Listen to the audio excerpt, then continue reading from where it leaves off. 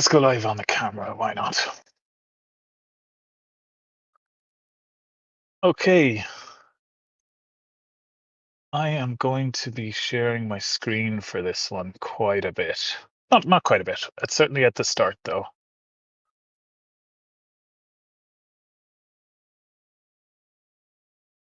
So let me just kick into that. What's the easiest? Sometimes when I share Unity, it doesn't share the whole window, it just shares one of the panels, but it looks like it's working pretty well there. Let's see. I'd like to see if anybody wants to come up and join me before I kick off, right? Also, we have a few more minutes, so I'm going to let more people pile in. Wow, 37 people already in the audience. Let's see. In the chat, Cause, come on up. Yeah, I'll keep you Zombie, come company. on up. Appreciate it.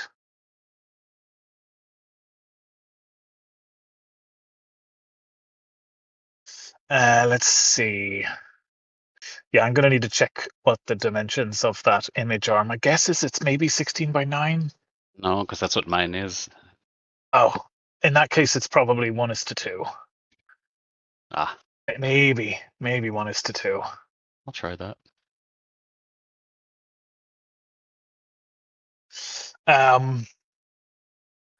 Yeah, I'm going to be talking about world builders, and I've actually got a world builder kind of mostly working, which I think is pretty cool.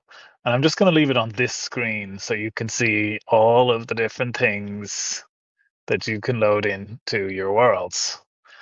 There is over 9,500 objects in here across all of these different categories. Loads of different types of objects. Some objects are modular, you can piece them together. Still working on making that work exactly like I want. But, oh, perfect. Where has it put that? I was supposed to load that right in front of me, but of course it didn't. Where is it? Where have you put it? Up in the air? Down below? Where did it put that? It didn't load it in at all. At World Oh, Origin, nice. maybe? No, it looks like it's not there at all.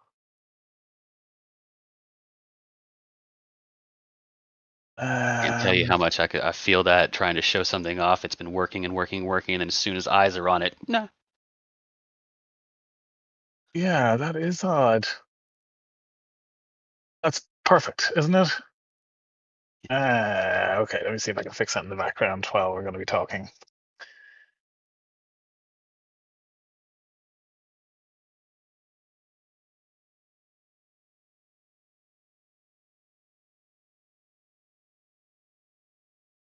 I put my AI agent on the task. Let's see if it can come up with something. Okay, so yeah, maybe I'll just leave the screen here open with all of the different kit objects. So here we have a list of primitive shapes, which some of you might find familiar. Most of the generic ones, not usually typically found in Unity, but we have extra ones. And there's a bunch of really exotic ones, right? These are what you call parametric geometries, which I've always thought is really cool, and most people don't care too much for them. But you've got a Pringle, you've got a pillow, you've got an apple shape, you've got a 3D Mobius strip, which is kind of cool, spirals and springs. You've got a Nautica shell, another type of shell, a horn. Yeah, there's even a Klein bottle in there if you want to blow your mind a little bit. But yeah, so these are basically just a bunch of primitive shapes, and you can see one of them here in the scene, which is the torus. In fact, we've got a torus knot and a torus. Yeah, so let's see, I'll just leave it on this screen for now so people can see the props. Let's see, what are we, a couple minutes over, 54 people in the chat, nice. Curious with those simple shapes, can you change the color on them or put textures at all?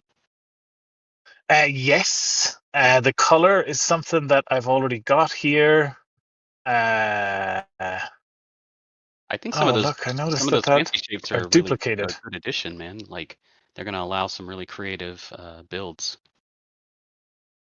Yeah, I noticed that this is completely borked right now because it's showing duplicates of the objects and missing the ones that are here. Tell you what, I'm just going to restart this scene real quick and let's see Josh, look what at him. happens. That's it. There we go. That's the risk you take when you do something right up against the line. Perfect.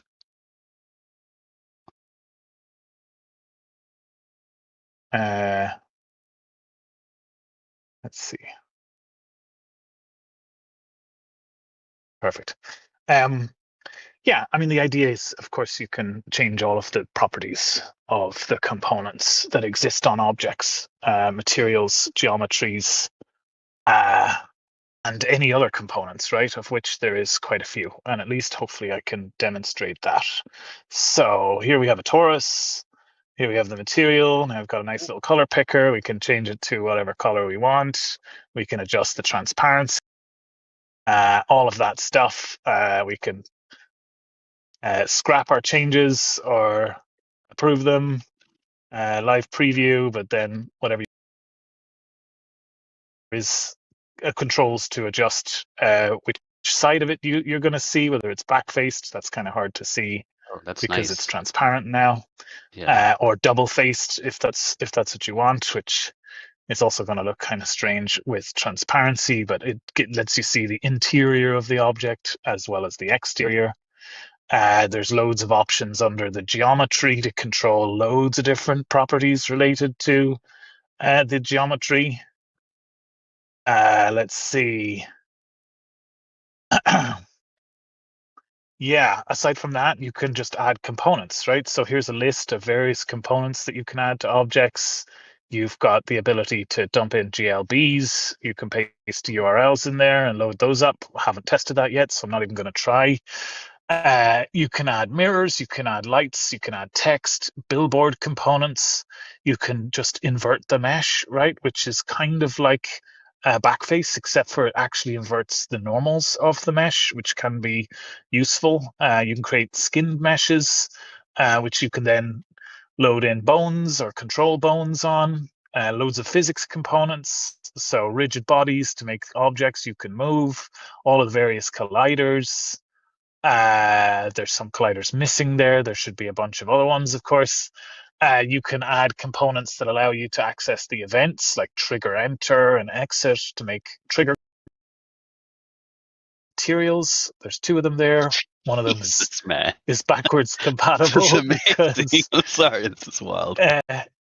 Unity changed the name of the physics material to physics material in Unity 6. That's why that's there twice. But don't worry, I'll get that fixed. But yeah, so the physics material will let you control the friction on surfaces so that you can create whole whatevers and make them slippery or make the friction tough, or yeah, make it so that you can or can't slide on them in essence. And what's really fun about that and how that's going to work is that it will work with players, right? So players will be able to slide around on slippery surfaces. Anybody here That'll who be spent fun. any amount of time in banter will understand how that works. With physics, you can create joints. Joints are pretty Ooh. cool ways to link physical Mhm. objects together. You could make a chain, or you could attach something to the end of a rope, or you can make a door with a hinge joint. You can make something that's sprung and attached to something. Configurable joints are kind of the be all end all there, that has all of the bells and whistles in terms of how you can link physical objects together. You can make audio sources, spatial audio. They will work with other audio effects in the scene, of course, which we'll want to try and expose that capability too. Video players, browsers. Street View is an interesting one that I forgot is still in there. But yeah, we've got some code in there that's able to download and parse Google Street View so that you can load up a photosphere, but also apply the street mesh onto that photosphere so that people can jump into any location in the world, which is kind of cool. All the interaction and grabbable stuff here, like if you want to put a handle onto a gun or let's say a axe or something like that, you can control in the grab handle how the grab works in terms of will they grab it, will it go right into their hand the way it should, which is great for interactable objects, especially like gamified things. You can make a gun that when you pick it up, it'll be in the right orientation in your hand.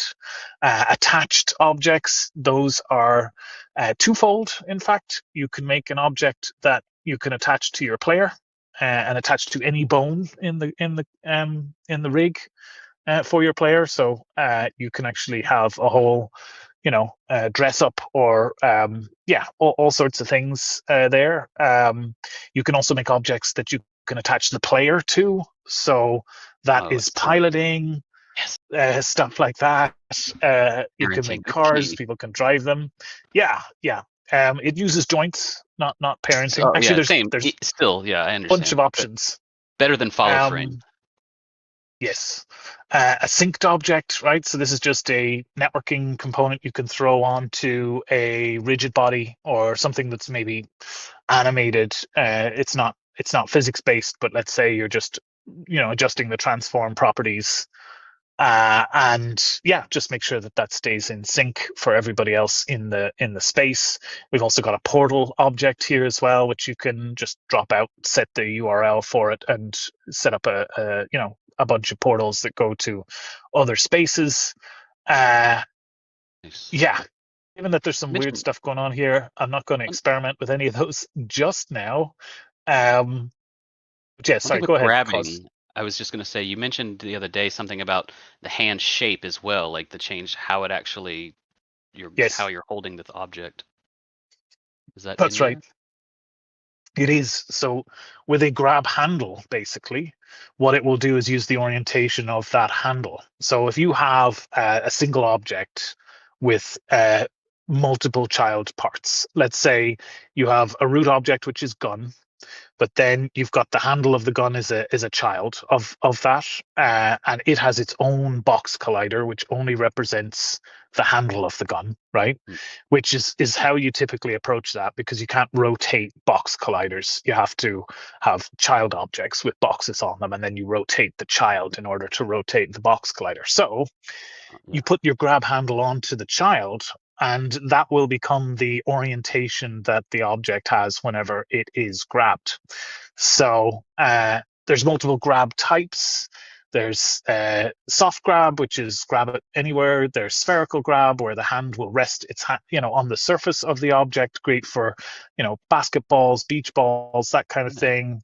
There's cylinder grab, so if it's like a long pole shaped thing, your hand will orient itself around the cylinder properly. Yeah, so there's quite a few different options there that all sort of work with the inbuilt interaction system, right? A lot of this stuff is coming from the physics system that the state of the art physics system that we've built in Banter, which will be let's say watered down a little bit for AltSpace in order to keep people feeling let's say safer, and things aren't going yeah, they aren't getting too crazy. But we'll also still have a lot of the benefits of that, right? Which I think translate over to here pretty well. And also, we may have some elements that people can kind of enable later. In their user settings, maybe they can juice things up. Not quite sure exactly what that's going to constitute just yet. You'll see if I've had my cursor hovered over the stats screens, you can see the object individual stats plus any of its children separated, just this object or this with its children, or look at the entire scene and see everything that's in there. There's quite a lot, and yeah, you can use this to try and optimize things. If frames are something you're trying to chase down, then this is a great place to start. You've got frame times there, FPS, how much is cost, whether you're CPU or GPU, limited. Looking at your overall frame rate, right, which is going to be probably linked to your screen refresh rate, but also looking at the frame time, which is kind of like how much can you get out of this. Mine Mm. are pretty closely linked right now because my laptop is running at 240 hertz on the screen. So loads and loads of information in there. Let me just take a quick look and see. Will say, Yeah, let just me just. FYI, it is a little hard to read some of that stuff through this Discord Yes, stream. Just to let you know. I yes, mean, I I have it on appreciate full that. screen on the other monitor, and it's still kind of. Maybe I can improve that. Maybe I can. Oh no, I can't. I think I we're use running at the Discord max in the here. browser, so I can't actually adjust Oh, the resolution of the stream. Let's how do say, you do it? but maybe I'll get closer here. Maybe I'll see if I can get a little bit closer to the screen. I was just Um, letting you know so that you didn't rely on people seeing the text on screen. You can maybe just describe more what you're trying to get across. But you're doing fine. I'm just letting you know. I appreciate that, Yeah. and yeah, it is just a question of yeah, maybe I can get. Is that better? Does that Yeah. improve things, or Yeah. is it That does greatly. still didn't spawn that object for me? That's great. Yeah, it's nothing there at all. Nothing, nada. Is this And the has it still daytime broken campground? it? Yes, and now the objects are also broken. That is beautiful. Thank you. Um, yeah, I'll tell you what, let me just reload there again quickly, just to correct that.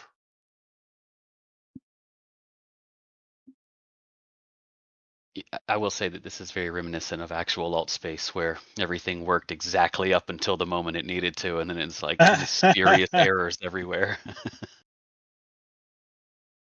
So great, great. You're capturing that vibe. Nice.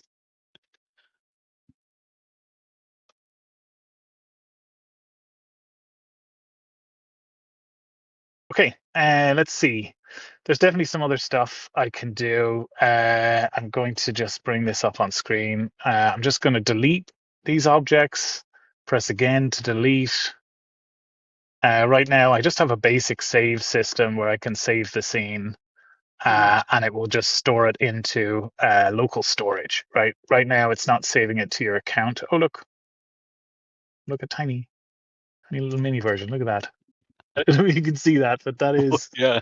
that So is your a menu. tiny version of it. Yes.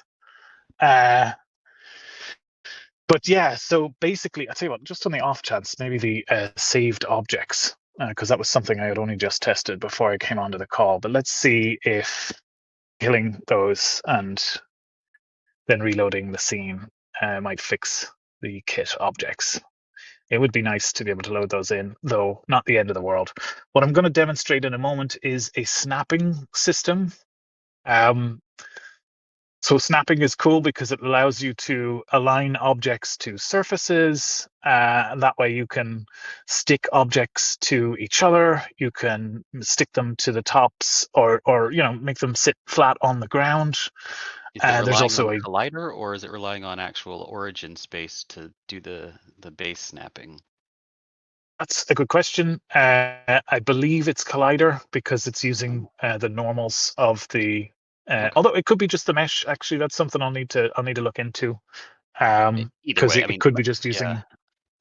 it just meant, yeah, I guess mesh versus spatial, coordinates versus the actual origin point. So that's good if it's not origin point, because that's just more pain in the butt for users to set up custom. Okay, there's a nice little box. Wait, We've got gizmos. I move the box around. It might be really hard to see there, but there's actually a little indicator saying that the box can snap. oh, If you see that, yeah. snaps to the ground. The box has aligned itself with the surface of the ground. Oh, wow. We can adjust with various gizmos like you would expect. Uh, and the snapping also applies to the rotations. You can see there it's not quite going exactly to where I let it go. It's actually snapping within a certain degree on the rotation. All of this is stuff that we can change. Let me just move this over here. So sockets is a snapping mode. So certain pieces within the kit system will have what you call sockets, and that's where you have little points on each piece where things can snap together. That's going to be great for like building large, environments from modular kits. Grid snapping, which will basically place a grid. So whenever I move it around, you'll see a grid appear. There an Maybe that's undo hard to option? see. Not yet, but there will be. There will Oh, be. okay. I've got UI in for that that's hidden right now, and yeah, I need to still flesh that out. Yeah, you can adjust the grid size. Yeah, like I said, surface snapping is the default.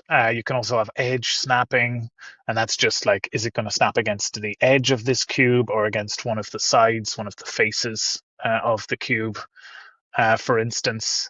So the idea there is just to give you as many tools as possible so that you can yeah, make things line up, make things rest, flat against the floor and have no kind of space underneath, and yeah, make all of that work the way it should It's, work. and it's possible you can like say you snapped that cube. Now you could turn snapping off and then do some micro adjustments.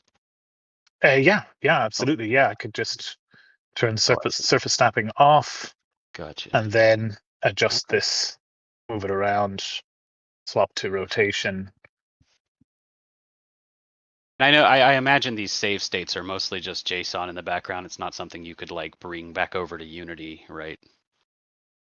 Or Yes, although maybe. not quite. It's using somewhat of a more optimized format than JSON for the bulk of the underlying Yeah. data. Yeah.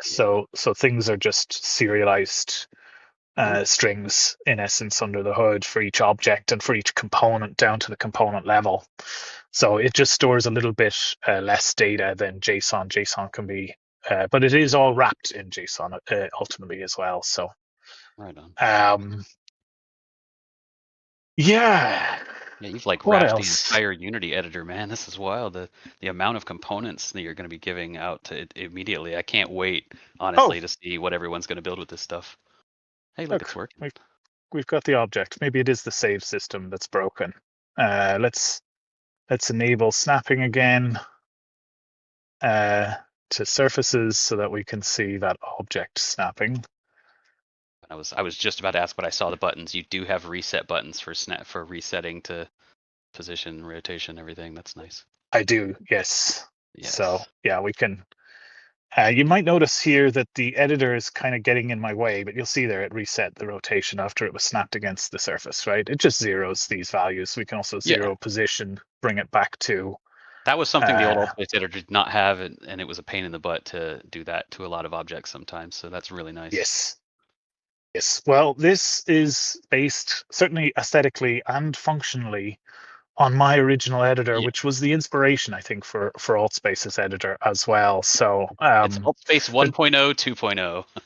2.0 exactly, yes. Or maybe we just leapfrog over 2.0 and go to 3.0 or something like that, Yeah, right? why not? Because there's lots of crazy stuff in here. What else was I going to show? Uh, God, I can't remember now. It's a But it's lot. good. Oh yes, yes. Okay, so you'll notice the editor pops out of your way when you spawn in an object. Um, Objects have colliders. What we're seeing here is this outline is the bounding box for the object. The gizmo, the transform, the red, blue, and green there is the ability to move the object around, obviously. And there it's snapped onto the ground. But we can also enable the collider wireframe, which also doesn't work all of a sudden. Or maybe this object doesn't have a collider. Let me just double check if I add something else. I Magic put Cube everything doesn't in sound like there. it would have a collider. Magic. Yeah, okay, so that works, right? So you can see, okay, maybe I'll add something that has, Do a sphere. yes, or a cylinder at least. There we go. Yeah, there Okay. you go. So now you can see the green wireframe here is actually the collider of the object. So you can kind of visualize if it does have a collider, you can visualize that collider and see what's involved or turn those visualizations off. Could you hide the Yeah. mesh but leave the collider? And no, but that's something I could change, right? There's obviously a bunch of different rendering modes for the Unity editor, let's say, where you can Yeah. turn on different on and off different layers. We could certainly do Yeah, that. I think if you just Uh, disable the render, it'll take that away. But that way, that'll allow people to create simple collider systems in their worlds easily. yeah, yeah, absolutely. Um, you'll notice that the editor it kind of gets in the way sometimes when you're looking at stuff. So I sort of added a little mode to try and drop it, to cycle through different angles. So you can drop it down underneath you. And then you'll notice as well as I move around, occasionally I'm recalling it and bringing it back, and it'll respect that angle so that you can still see over the editor whenever you're adding objects. So, and then it'll still drop down to make sure you've got a good view of the object whenever you add it. Something I just added was to be able to quickly rename, and as you can see, it's updating the name in real time over here. Uh, uh, yeah, whatever. I'm not gonna try and come up with a funny name on the spot. But yeah, so there's lots Co- of stuff in there. I There's copied it from really drawing. a huge amount of things. Wow, 67 people in the chat, and I have been ignoring all the questions. Yeah, let me. I think a really popular thing for this system um, is going to be the kit system, right? And how you can load things in, right? There's a bunch of assault rifles, for instance. I mentioned that there's going to be nine and a Terrible. half thousand different objects in this list. So That's a lot. there's literally an enormous amount of things built in that you'll be able to play with and use to decorate your worlds, right? So much Mhm. like you could do in AltSpace, you might have a template world that has a Unity environment already loaded in.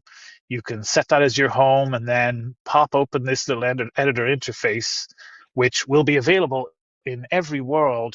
As long as you're an owner of that world, you'll be able to access this. One thing I haven't done yet, which I will do, is synchronizing everything, right? And then maybe expanding into collaboration as well. So you'll be able to bring people in and you can make things together. And we'll try and figure Oh, out how to stop people from fighting over who's in control and, where those get applied.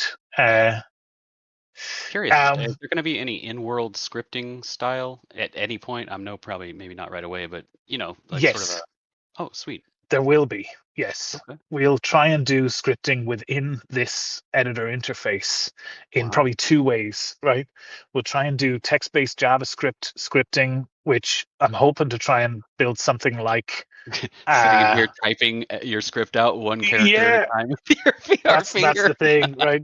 It's probably going to be more useful in 2D mode, right, where you can just bash away Yeah. on the keyboard. But the option will be there. I think Okay. more 2D mode to do the majority of stuff. Maybe copy and paste could be quite useful in VR, but really VR will just be for making tiny micro edits. There's also uh, there's also going to be visual scripting. So Unity visual scripting is built in. I'm hoping to surface an in-game user interface to give you a node graph so that you'll be able to create scripts on objects, drag them around inside the 2D interface. Now, That's we're not going to adorable. go Oh, for 2D. something Okay. 3D. I thought you Yeah, were saying yeah. 3D. Sorry. I got excited there. 3D is going to get a bit crazy because, yeah, things end up looking crazy and end up really hard to manage. And I actually think it would be easier in the 2D interface for us to create something. Something else, let's see if it works. Is it going to work? Yeah, okay. Move it around. So, yeah, if I want to just place something by hand, you'll be able to do that as well. The snapping kicked in Nice. and it snapped Oh it to the man. ground underneath it. That's gonna make decorating your space like really fun. Yes, exactly. I mean, honestly, Put it there. it's an advanced system, but I've tried to make it as user friendly as possible in the UI, especially, but also in terms of you can just use it. There'll be two hands to pick things up, rotate them, scale them, make them bigger, smaller, all of that kind of stuff. Oh, so like Will like having an object and pinching it and pulling it will Yeah, you can scale it. Oh, nice. exactly, yes, and then place things and just move them around. I'll tell you what, I'm gonna talk to some of the stuff in the chat. Uh, I've been trying to I pull some of the questions over as you're talking. appreciate that. Thank you. Yeah.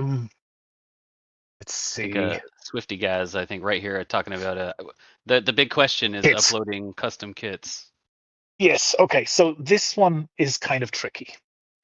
Uh, and I don't think it's something that we're going to do at launch. I think we need more time to figure out the nuances of how people can share kits.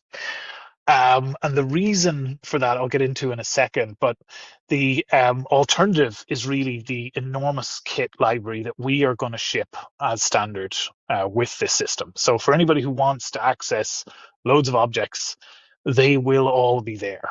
But let me tell you some of the pitfalls that I can kind of foresee with having kits. And maybe I'll see if anybody else wants to, before I jump into this, see if anybody else wants to come up on stage. I'm actually going to, I'm just going to invite some people that I think, yeah, Yeah. that will have some Andy. useful input on this kind of Hello. thing. Hey, bud.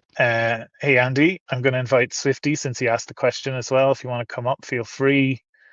I've invited Grenade Head. I don't know. Anybody else who wants to come up, just put your hand up and ODB. I'll be happy to bring you in. Yeah, so good Hello. to see you. Howdy. Yes. Are there any plans for a camera system? Because I remember in the old space, we had to request permission to get the drones so we could do aerial shots and things like that for VR filmmakers. Yes, that's a great question. Yeah, there will be camera systems built in. I'll probably have a range of camera options built into this editor that you'll be able to set up entire camera rigs within your space. There'll also be a simple no-clip camera mode that you can enable in the menu to fly around, so a 2D user can turn into a camera user very easily. You put your avatar somewhere out of the way, and then basically you can take the camera out of your head and fly around, and you've got like a really nice, smooth camera system that will let you do that.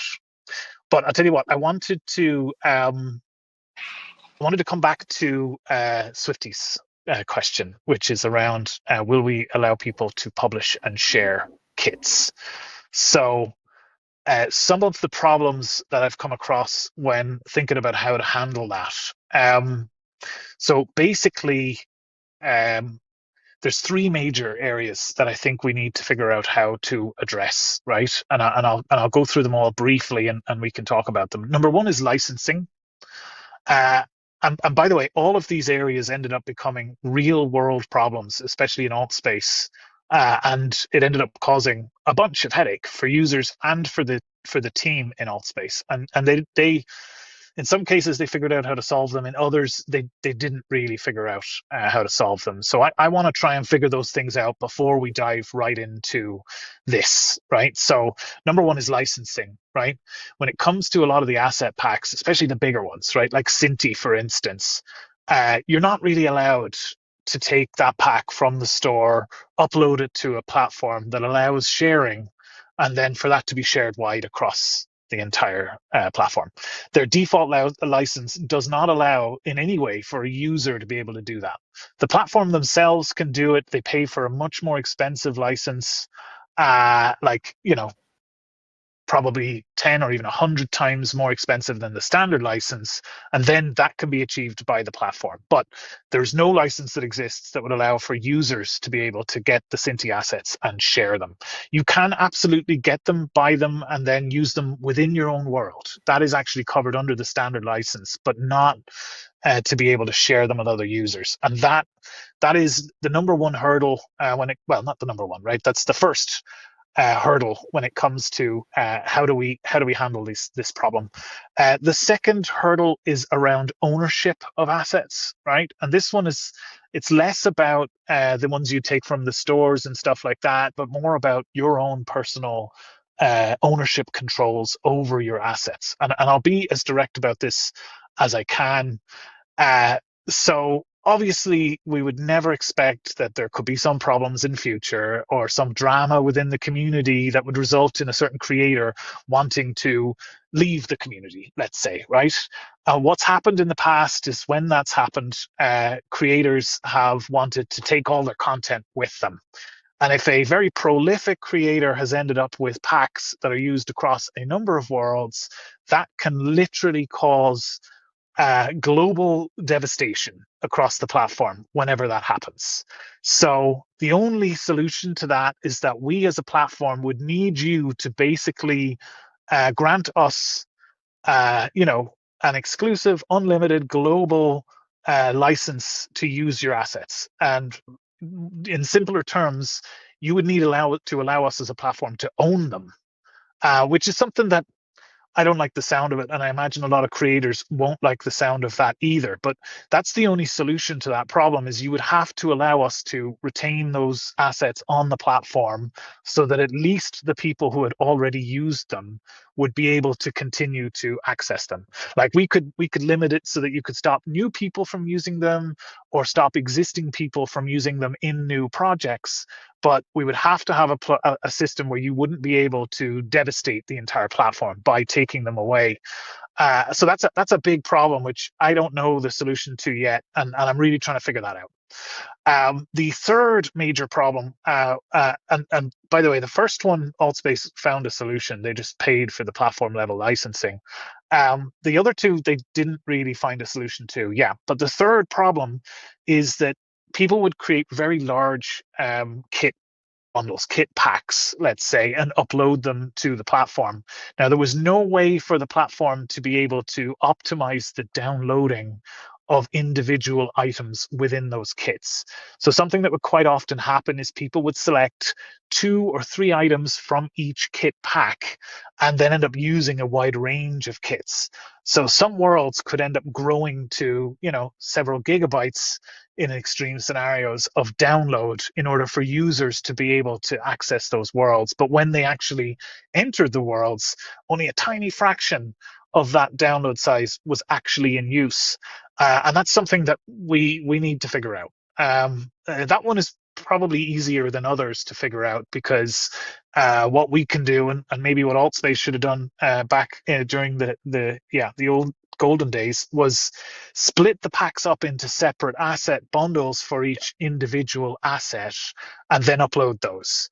Now, it's not quite as simple as that, because quite often assets will share things like textures, shaders, materials, meshes, stuff like that. You need to actually create what's called a web of dependencies within these assets, so that certain packs will have essentially just prefabs, right, which is like variants of how you pull the materials and meshes and stuff together.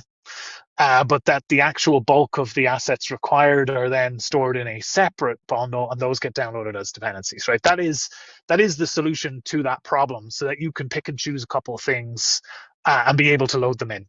Now, what I'd like to say is that this system that we're going to roll out with has none of those problems. All 3 of them don't exist with the 9,500 kit items that are going to ship with our build, right? Number one, we're going to have all of them built in. So our build will actually have all of these assets when you download it. It will inflate the actual build size probably by several hundred megabytes, but we're going to accept that when people first download the app, right, it could be the better size of a gigabyte to get this on your Quest. But that will only be one download the very first time, and you won't need to download anything then after that, right? Which means that anytime you enter worlds that use these kits, it will be instantly able to load up all of them. Won't be any wait time or load time for those assets.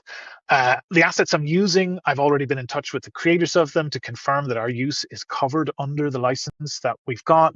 I donated a little bit extra to those guys to support what they've done, since they're going to enable some really cool creation on our platform. So I paid them above the odds of what the license cost.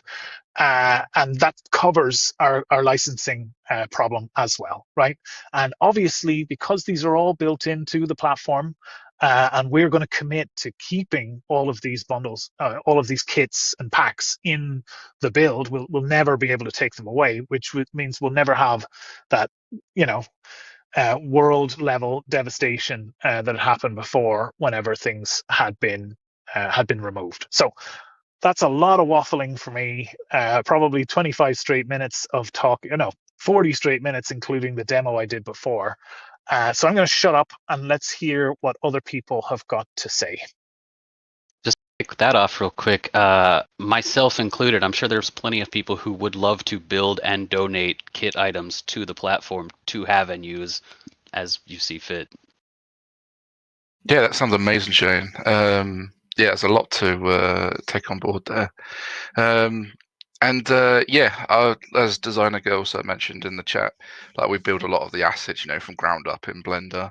A lot of the stuff we make is our own, so we're more than how happy to donate it to the community for others to use, and the textures as well. Sometimes there's copyright on the textures and whatnot, but I've started to use like AI textures, so really it doesn't matter. So yeah. Yes.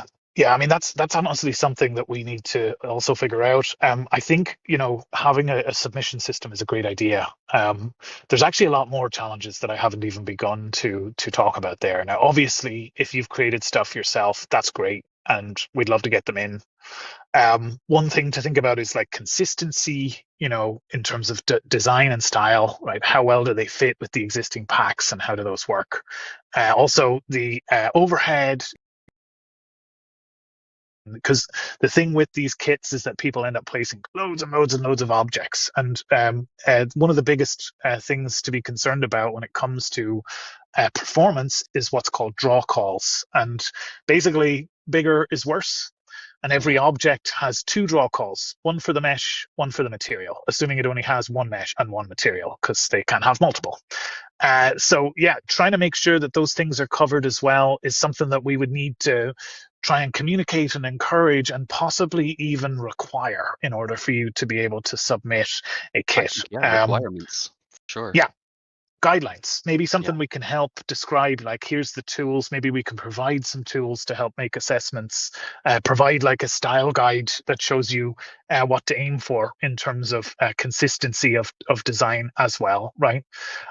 The other thing as well is verifying your ownership of things, right? Making sure that we and you don't inadvertently run afoul of mixing things up and inadvertently using things in a way that you shouldn't, and honestly just exposing us to some risk as well, right? And honestly, that's such a broad topic. One thing that's come up quite a lot recently in the development collab voice channel that we've been hanging out, certain people have strong opinions about the use of AI, and we all know how that's viewed, especially when it comes to gaming. So whether we would then accept, massive kits that contain lots of AI generated content could put the platform at more of a reputational risk than it does you as a user. And honestly, like I said, none of these are necessarily showstoppers or anything that I would say are a problem. They're all just things we need to figure out how to navigate. And once we can figure out a path forward with these things, then I think we can open this up, right? And that's the only reason why I don't plan to ship kit sharing as standard whenever we launch with what we're doing, because I just want to find a way to tread carefully and to navigate these waters in a way that isn't going to put us or you or anybody else in any kind of an awkward situation or in any kind of risk in that sense, right? So I will say one thing though, and honestly, I think that this is a great alternative, is that there is nothing stopping you creating your own kit packs and sharing them with each other amongst the community. And something that we could definitely do is create like a nice little generic forum style channel here in the Discord, right? Share something useful, let's call it that for talk's sake, where you could just dump in whatever it is that you've got, right? And that is a community to community kind of sharing thing, which for the most part removes us as a platform from the equation, which removes, all of the risk essentially for us, right? Rather than us owning your assets or anything like that, rather than you having a centralized system where you can delete assets on the fly and affect other people's worlds and content. You could just share a Unity package, let other people make a copy of it. They can pull it into their Unity project and use it in whatever way that they want. So that's something I can guarantee from day one. And that gets us about 80-90% of the way there. I know that a lot of people would like to be able to share them so that users of the scene editor that I'm building here would be able to quickly and easily pull them into their worlds. But that's where things get really, really complex. But there's definitely ways that you can share them amongst each other when it comes to creating Unity scenes. There's 69 people in the audience, just 68. Well, Grenade Lydia's out idea, though, accepted. I was also thinking this. What about literally a black market inside the, in a way where you have this area where we can share Oh kits no. with each other? I'm just suggesting, and you have a nice. These could disappear. These are, use at your own risk. Blah blah blah. We are not Yeah, responsible it solves for some of legal the jargon. problems, but not all of them.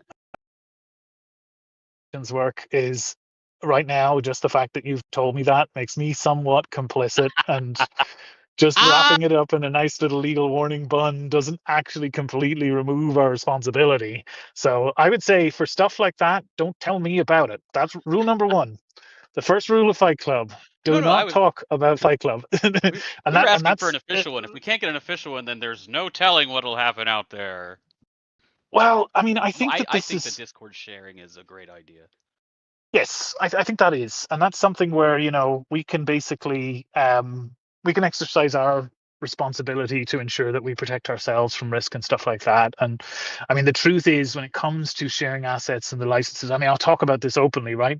You've got the Digital Millennium Copyright Act, the DMCA, right? And we have a responsibility under that to treat certain things in a certain way, but it also has a lot of protections, right? It's called Safe Harbor, that allows us as a platform to kind of stay out of the decisions when it comes to what you guys do in general. As long as we're not, we don't have any knowledge of it, then there's nothing that we are expected to do about it. And that's important because I want to make it clear, if you talk about it in public or you ask my staff about it or you do anything like that, you're immediately implicating us, and you may put us in a situation where we have to act. But if that doesn't happen, our responsibility usually lies with when the rights owners come to us and issue what's known as a takedown notice and ask us to remove the content. So I'm just trying to educate people a little bit around how that sort of stuff works. You as users have a lot of protection. We as platforms have different protection, and we as platforms need to remain out of the conversation entirely in order for that to be a thing. Now, I'm crossing the line into a gray area in the way that I'm talking about this generally, but I'm just saying that as a platform, we have a responsibility to behave a certain way. We have a responsibility to act in a certain way when it comes to licensing and copyright and infringement in general, right? We have to respond, and we have to have mechanisms, and we have to instantly respond, right? If we get a takedown notice for some content, even if that takedown notice is incorrect, we have to act on it, and we have to temporarily disable access to that content while we investigate and look into what the situation is there, and then decide whether we're going to take action. And then there's a whole appeal process for the person who we took action against, for them to submit a counter claim, in essence, right, for that stuff. And there is some protections in place there that people can't just make, only DMCA claims, takedown claims, that they open themselves up to liability if they do that, knowing that what they're doing is not covered. So I'm just trying to educate you a little bit there in terms of how all of that works. But yeah, I don't know. That's No, a, very good. a lot of waffle that I'm going on about. But yeah, we've had to deal with Brought a to lot you of for educational purposes only. only exactly, yes. Yeah, on SideQuest, obviously we've had to deal with DMCA in the past, right? And I've spent time defending developers and content creators in my email against really big outfits like Warner and others, right? So it's about knowing the laws and knowing, and the truth is, a lot of these big players, they still abuse these systems. They have direct access into things, and they can do. Often they don't care until they have a release, right? If they're going to do a new Harry Potter game, then there's a wave of takedowns that go across all platforms, us included, to remove anything related to Harry Potter, for instance, right? And that's something that I've specifically dealt with in the past. Anyway, I've waffled there for a while, but I hope that helps to make things clearer. But let's hear from some of the other people here on voice. What do you guys? Well, I was going to ask. I'm going to grab a drink real quick. Yeah. Go ahead. Okay, I'll ask a question. But if I build, let's say, a 20 objects, and I want to add them into my own personal kit, would it show up in this menu system? Would I be able to do all the modifications to that object that a normal kit object could have done to it? Or would it be something I could only Unity? Personal kits. Yeah, personal kits. That's an interesting one because you're kind of not sharing them. Some of the problems there. It boils down to copyright. Now, copyright covers copying, not necessarily distributing in that sense. So even you making a copy of it for yourself. This is an object I made of my own making. Yeah. I make all my own stuff. I get that. No, I completely get that. No, but what I'm talking about is what we're talking about there is a trust relationship. Like, we can't necessarily verify that you've made it yourself. There's almost no way for us to do that. Now, I'm not talking about you specifically, but I'm talking about what is in the art of the possible in terms of what anybody could do if we built a system like that. So I fully get that it's you yourself and only you are creating it. And honestly, I'm saying in my own world, though, I want to be able to. No, I get that. I don't have the Shane editor, but I get the Shane editor Lite. It gives me access to my own kits off to the side. I get that. No, I get that, right? But the problem here is we're a facilitator. If we build in functionality that enables you to do something that could be potentially illegal, so we become implicated no matter what. Even if you've got all the greatest intentions. So I have to do it at the Unity level, not at the Shane editor level. Yeah, for launch, yes. For launch, you will have to do it like that. Now, I want to make you also aware of something else. There is a pipeline of pre-processing that gets all of these assets ready to go into Shane's editor. It's not just a question of drop in a Unity package and it works. There's a whole photographing lightbox system that will light them all up and take pictures of them. So every single asset has got a nice little pretty picture on the inside. It is automatically categorizing them. It's analyzing them, looking for sockets in modular pieces where they can all stick together. So there's quite an involved pre-processing pipeline that gets assets ready to be able to fit into this, which means that there's a bit more than just dropping them in, which is another thing on what is now a growing long list of things that we need to figure out before we can make that available. And all of even those last couple of things, really, they apply even if you're talking about personal kits and things that are just for yourself, right? So if I was a programmer, there'd be nothing for you to stop me from building my own kit system with a menu system similar to yours, right? Because it's all just Unity anyhow. Grenade Head's editor. Okay.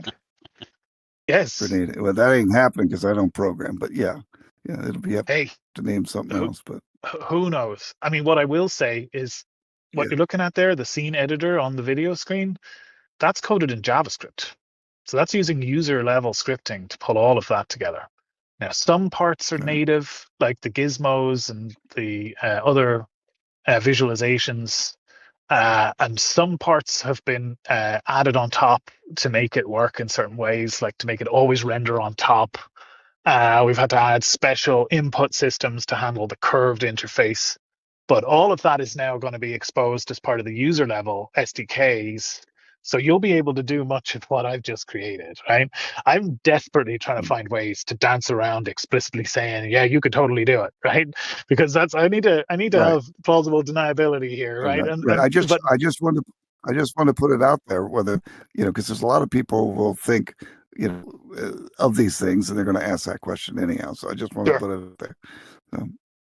No, absolutely. Well, I think that like really what we're trying to, how the world system and the loading of worlds and the hosting of worlds and all of the extra bells and whistles that goes into that, all of that is kind of built in a way where we're leaving the door open and doing it in such a way that we could never really be forced by some third party to ever close that door, right? So if we give you a full plethora of the tools, and yeah, we hope to God you don't do anything really bad with it, like really, really, really bad with it. But there's a spectrum of a gray area there in the middle where we can absolve ourselves and not really be involved in that conversation. And I think, we just have a generic API interface that lets you create UIs and that has access to the Unity API and can enumerate things and access things, and you can host stuff on your own servers and that kind of thing. So I would love for users to create this stuff. I honestly have been I've been trying to plant the seed of the idea of somebody creating this exact editor system for so long. But now, yeah, I've decided, look, we need this. Too many people have asked us for it. It's a great differentiator to make AltSpace better than any other platform that's out there, really, in terms of content creation. And we need it. I've also renamed it, by the way. It's not called Shane's Editor anymore. It's called Scene Editor. Does it legally help you in any way if they didn't store it on your server?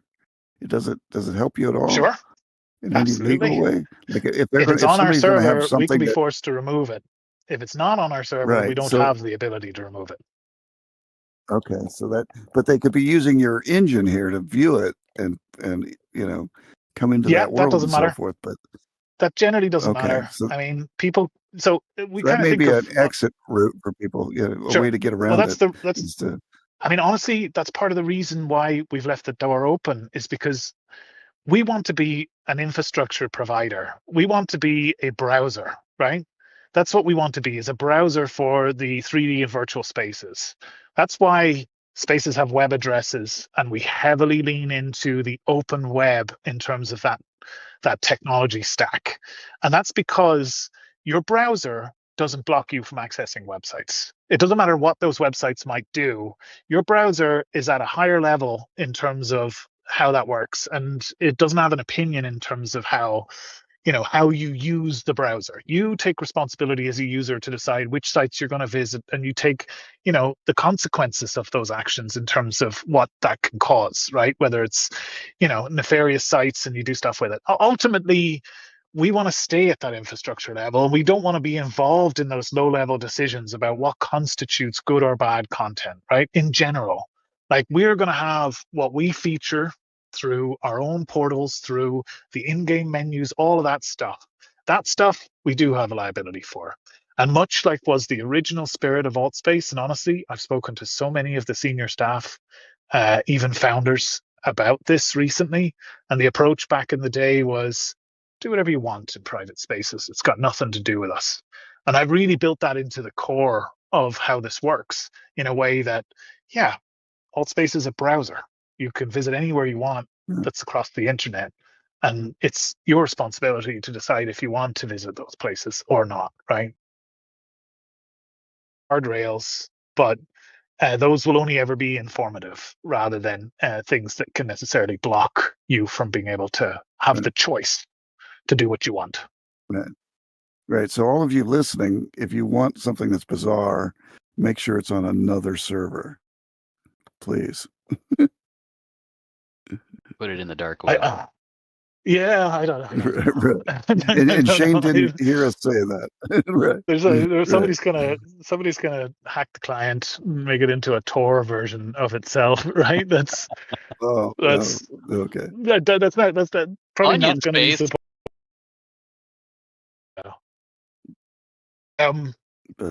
Yeah, lots of information in there. I think world building is right up there as an important topic, along with avatars. And yeah, obviously a lot of people are going to feel strongly about it. Go ahead, Soul. Have you got something you want to say? Oh yeah.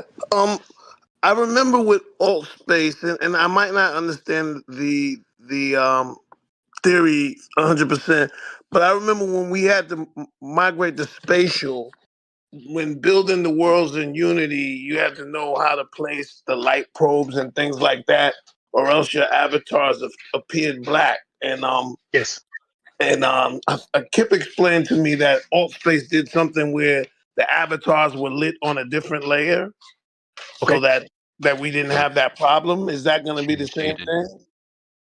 thing? Yes, I would assume that we are going to do that with our own built-in avatars, so that they have some more standard shader that's using diffuse or something similar, something based on that. I'm honestly, we haven't got to that level yet, really, in the creation pipeline of the avatars, but that will be a consideration: is how can they be light responsive, but also be unlit almost in a way, so that you could definitely still see them in a What dark AltspaceVR environment. did is that it only got lit by the directional light. It didn't bother Sure. with any of the scene lighting, and it was just sort of its own tune shaded sort of shader that only responded to that one.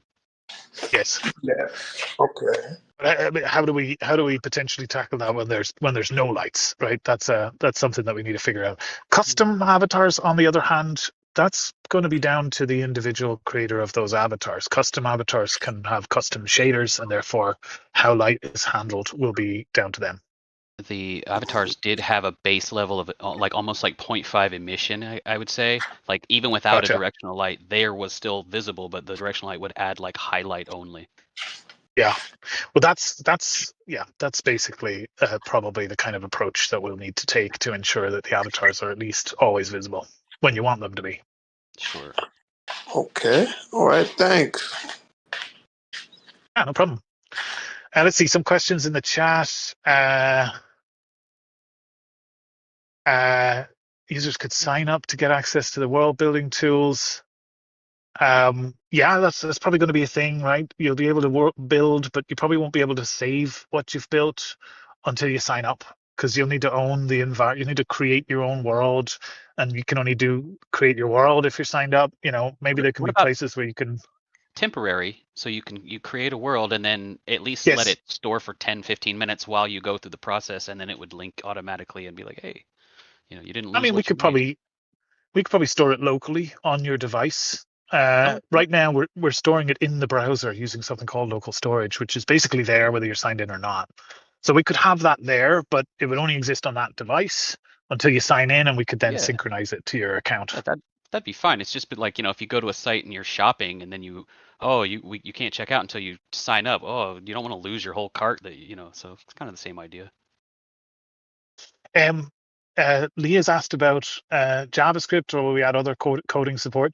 So we're going to have JavaScript and Unity Visual Scripting, right, which is one of Unity's official scripting languages. Huge amount of support out there in terms of tutorials and existing community on how to use Unity Visual Scripting. So we'll also have that. The best thing is to combine both of them together. Let's see. Faye is asking about will we be able to download our avatars to change lighting to be used in specific areas of the world, different use cases, club for darkness? So yes, we've kind of already decided that in order to encourage people to stick to the consistency of the built-in avatars, that as part of the process, whenever you reach a certain level, that you get level 50, let's say, that you get a custom avatar slot. You'll probably receive, a nice little email to let you know, congratulations, you've put in loads of effort and we love you for that. The avatars will be available for pretty much anybody to take, but we'll have like a tutorial that will come along with that. Here's the avatars. Here's your avatar. How to take that and use it as a base to change it in whatever way you want. Right? Make custom shaders, custom lighting, add in custom cosmetics. Go really crazy with it. And yeah, I really want to let people have access to those and take them and use them. And we'll put them up on GitHub and release them under MIT license or something like that. It'll be an official thing that they're there, they're out there. You can take them onto other platforms and use them. They'll be yours to use as you see fit. And that will that will probably cover the range of base avatars and maybe a subset of the cosmetics, maybe all the cosmetics. yeah, we need to figure out what makes the most sense there. But we'll definitely go as far as we can to make those available to people. Let's see. I'm just going to keep going through questions. Building game in headset with controllers, no PC, no laptop, no Unity. How does the building system look when using raycast interaction? Seems like a complex interface for in-game building. Having a builder for Unity editor doesn't make such sense since you can use Unity's tools without the need for additional layers. So, Jake, I'm just showing you how I'm building this system myself right now. It's not available yet in a actual client-side build of the game because I just haven't released one yet. But everything I'm building is intended to work both in-game, in VR, in non-VR, and you won't actually see it like it is right now in Unity. It's just because I'm actually in the trenches of building this out right now. So yeah, you'll have a pointer, on your controller. Maybe eventually we'll have, touch input so you can interact with the editor screen that way. So we're hoping to try and make that as simple as possible. Maybe you can Oh, it's just grab a it, little sphere on the end of resize the it. finger. Exactly. Yes. Yeah. We've got those kind of interactions already in. Maybe we can do multi-finger touch for things like so you can scroll. I don't know. We'll likely follow what conventions are already set out there with like mobile touch screens and touch interfaces and stuff like that to try and make things as simple as possible. But maybe you'll have a tablet size thing that you can control the how curvy it is and then be able to just tap on things and then grab them with your hand and place them. You'll notice that when I demoed this before, I was able to just pick objects up and place them, and all the snapping and all that other fancy stuff still worked. So in VR building is obviously the primary intended use for this. And yeah, a lot of things I've made big, like each of the objects is a nice big card with an image so you can see it, but also so it's easy to click. The scroll bars are nice and thick so that when you want to scroll, you can do that. Although you can just click and scroll within the interface as well. So all of that will work. You'll be able to use your joysticks to scroll within the UI and all that stuff. That's all just standard. It's built into the user level UI that you'll be able to access. I don't know if I can keep up with all of these. Gemchick has asked, let's see, just wondering, will we be able to add a person in the world to build with you like back in the day in Altspace? So much fun building or adding with others. Yeah, I talked about this briefly. It's not in this prototype yet, but having some form of collaborative building, right? Where you can grant other people access, maybe you share access, maybe you build together on separate parts. We need to figure out that split brain of what happens when two people try to fight over the same object, and how we can make sure that things don't end up broken. But for sure, It's on an Altspace. You both grab it and it just does this. It freaks out. Yes, you've got that rubber banding effect. Let's see. Being able to spawn a spotlight that would be in the backpack or inventory, like in Resonate. Inventory is an interesting one. I'm not sure, honestly, if we'll have a platform-wide inventory for people to spawn objects. Maybe that's a world-specific thing. I'm not sure. In all honesty, I haven't done a huge I think he's amount of mostly thinking on asking that yet. about do you in your editor do you have a section where you can spawn different types of lights instead of just objects? No, he's talking about a specific thing in Resonate, which is the Okay. inventory, right? So it's users can collect objects and they can share objects with each other. You can install objects from your local computer, and then you go to any world and you can spawn those objects and share them with other people. So that's like a global level inventory sort of system, which I'm just not sure of. We haven't thought about that too much, but if there's interest in it, for sure, we can enable that. Lights, yeah, we'll definitely have a whole range of lights that you can spawn in this editor, and it'll be everything, right? There'll be caveats there that performance is always something we'll encourage you to think about, and maybe we'll try and build out some optimized lights that can make it easier to work with stuff. Light baking, we're even looking at seeing if there's ways we can do like basic light baking at runtime. Nice. Yeah. We're going to have some stuff. We'll try and combine things together, meshes and stuff like that. Try and do atlasing. It might be a combination of client side plus server side pre-processing of your created worlds. But if we can do some of those steps, it can really take a lot of the headache and pain out of, making it possible to have unlimited building without having all of the gotchas of what's involved when it comes to the performance impacts of that. Let's see. Do you think we'll be able to use our Horizon avatars if we don't want to create one? So, Chief Smoke, Horizon avatars are linked to Meta. The challenge with us integrating that avatar platform is that it's kind of a black box. It's a Meta exclusive thing, as far as I'm aware. Maybe I'm wrong in that regard.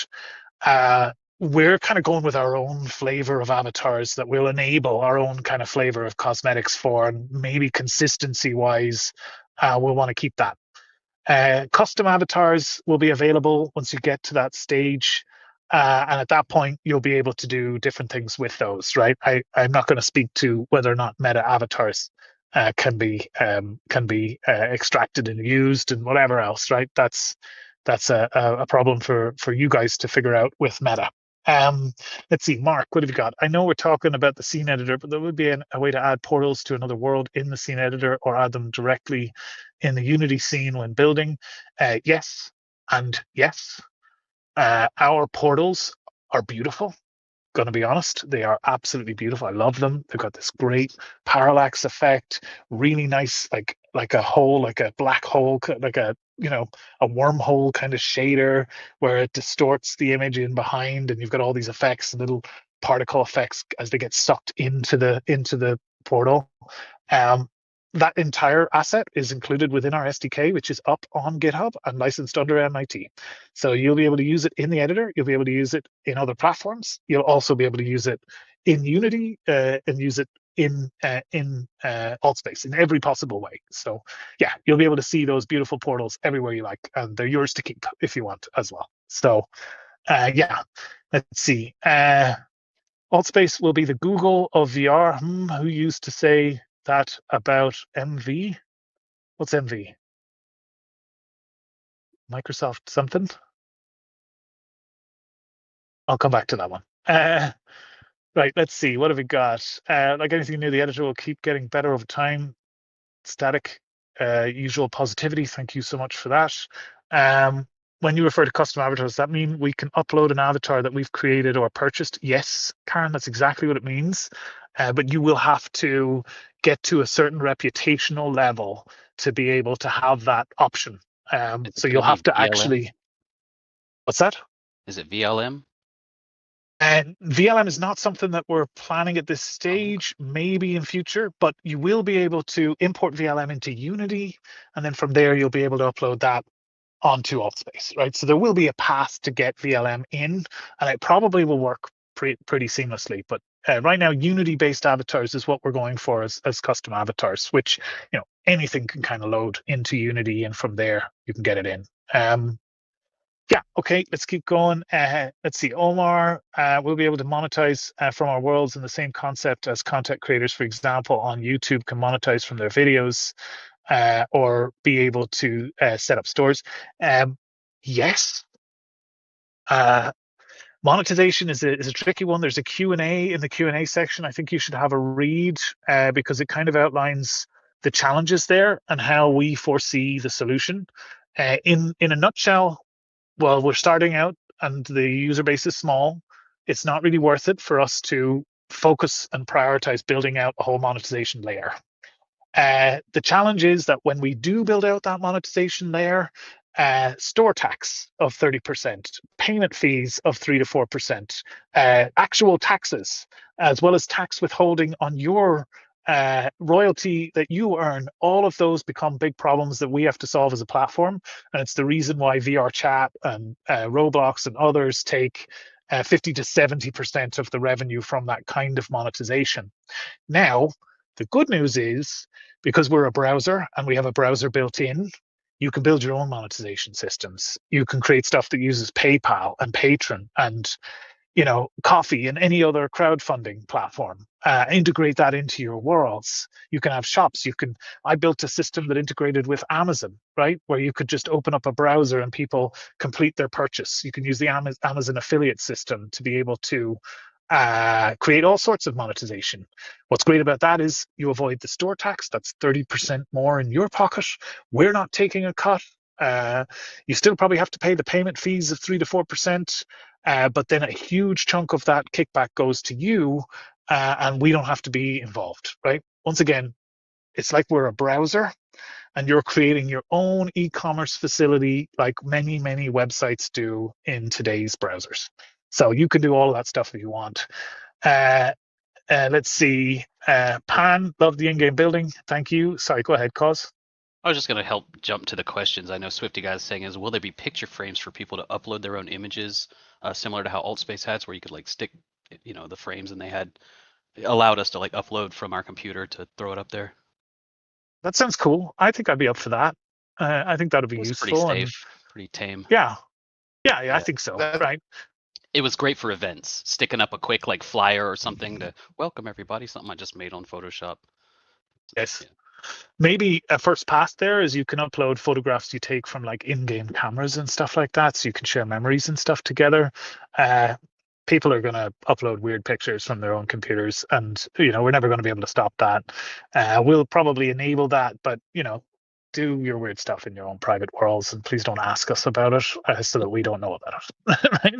But yeah, I think that's a great idea. And actually, getting back to the kit packs, one thing I didn't mention, like there's a bunch of really useful kits that we can create that I think will fit the system perfectly, and don't run afoul of any of those crazy problems I talked about before, like kits that include camera systems, lighting systems, mirrors, all of this functional objects that are always hugely popular, right? If a community wants to create stuff like that, yeah, let's talk.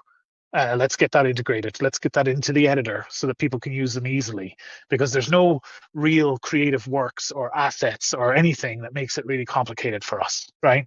So totally love those kinds of things. And if you've got stuff like that in mind, or you've got stuff like that created, give me a shout. Import photos as objects, Rebecca is talking about. Yeah, I think we covered that. Also 3D objects, yes. GLBs, it'll be in the editor. What we'll have to do is like, how do you get them uploaded? We'll just have something where you click a button as long as you're maybe on 2D mode, or maybe on Quest as well, right? And it'll just open up a file picker, and it'll be like, find the 3D model on your device, on your computer, import it. We'll make a copy of it on our CDN so that everybody can access it and see it in the space. Doing it from Quest would be a good idea, because people will take like in-game snaps and they may want to like upload those. Or actually, going along with that, how about a screenshot system or an in-game picture saving kind of thing? Yeah, completely. Photos, we can totally do all of that, and it makes perfect sense to do it on all platforms. I was more talking about 3D models like GLBs and stuff. Might be harder to source on your headset, but I won't say no. I think we can make that possible. That does seem a little weird. It does, but who knows? People might be creating stuff on like Gravity Sketch, like we see Grenade Head and stuff doing, and maybe they can export easily on their device to GLB, and there might be a nice little workflow then to be able to load that in game without having to go to your computer or share things on Google Drive, all of that kind of stuff. So yeah, if there's a good sense in it, then we'll definitely do it. Let's see, whoever made the drinks in AltSpace is a true genius. I mean, yeah, for sure. Once you've got everything you can do in yeah, exactly, right. Getting sick, of course, right? There's a whole scope around that, but people will be able to do whatever they want in their own worlds, and because we're using URP and like a later version of Unity, you're going to have a whole range of visual effects that you can take advantage of, and loads of tutorials and stuff online that you can grab and work into your worlds. So yeah, people are going to be able to do amazing things here, probably more amazing than most other platforms in terms of actual capability, because of those, because the render pipeline is more advanced than what VR chat has, let's say, for instance. And yeah, because we're using the latest version, so you'll have all of those bells and whistles included. Let's see. Yeah, indeed, that was Nira. Let's see, where have we got? Could we create objects that are made entirely from the kit system that have custom visual scripts, like a gun that shoots? That's a really interesting one. And I probably need to just double check that the license allows it. But I actually think that's a really cool thing, like remixing and adding functionality to the existing kits. I think that's a great idea. And as long as the license allows for it, that could be really great. Most of these kits are just going to be basic props to begin with. But if we can make it so that the gun can fire and you've got a bunch of functional objects that you can use to create interactive stuff, I think that's fantastic. Whether we can give you the source to these assets and then you take them and make stuff separately, we'll have to build something in game to potentially do that. But we could possibly do that, as long as you're not editing the source files or changing the assets too much. The license might allow us to just add a scripting part to that. So yeah, let's stick a pin in that and come back to it later. Let's see. Putting little eyeballs on all the questions, I think, that I'm trying to hit. Oh yeah. Daisy did ask about the web projector. I know you said earlier that we are going to have basically that same functionality. Yes, it'll probably be better than the web projector. It'll have the same web projector capability, but it'll work on Quest without a PC as well, right? Low Work on bar. Android.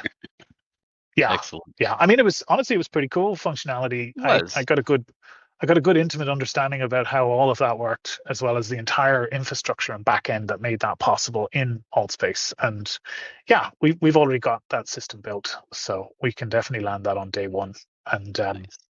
and even better, right? We can make it possible for people to do that on any platform. Exciting. Okay, interesting. Vanquish is saying that the Avatar SDK for Meta is on the Unity store. Terrible reviews. Yeah, I think the problem there is just, yeah, like we've had a really in detail discussion already about avatars and how that works, and we've got a plan and a strategy to how to do that. And introducing a secondary avatar system alongside ours might seem easy to do, but it could compromise what we're doing. It could create division on the platform. It could, make the design and the consistency of things questionable. There could be a lot of things there. So my gut says you could download it, do it, export it yourself into Unity, and then pull it in later as a custom one. Make sure that the license allows you to do that. Yeah. We can't confirm or deny that at this stage. Okay. But as far as us integrating it directly into the platform, I think I want to put the avatar conversation to bed for a little bit, and let's build something. And then once we've got it built, then let's table it again for discussion. But I don't really want to commit to anything else major until we kind of get to that point. Let's see. Could I throw something else in there about the avatar? Sure. Oh boy, it's kind of frivolous, but I've always wondered why the avatars weren't collidable. So when people hug, they're not actually back to back. Now you're talking about it. So we're going to have a sister platform called Banter, which is going to run on the same stack as AltSpace, except for it's going to be more physics based. So with it, you'll have the ability to physically interact with other people in a range of ways. We may make some of that possible on AltSpace as well, but it won't be the default setup. The default will be simple, so people don't bump into each other, so it's safer. And you can have the best possible and safest experience that you can. But maybe you can turn on switches in the settings and access some of that stuff as well. Okay. Let's see. I'm going to just take off my glasses I think we're doing well here. I think we're getting through it. Chief Smoke, do you think it's possible to make a mixed reality world where you can invite people to your actual home space? That's cool. I think, yeah, that would be great to integrate. We need to get the pass-through APIs supported in the build on Quest. Similar APIs we need to get supported on other headsets like Pico or Android XR.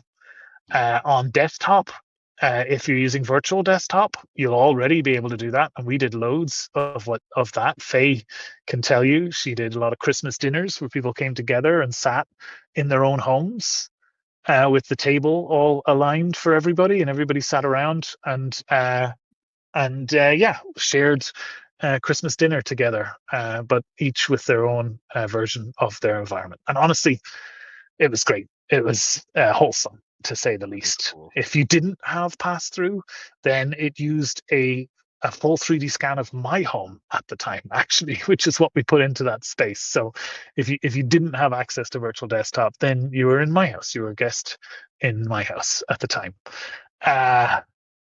Okay, let's see. We'll be doing tutorial worlds and some basics on how to use the visual scripting in Unity. For sure, we'll do as much as we can.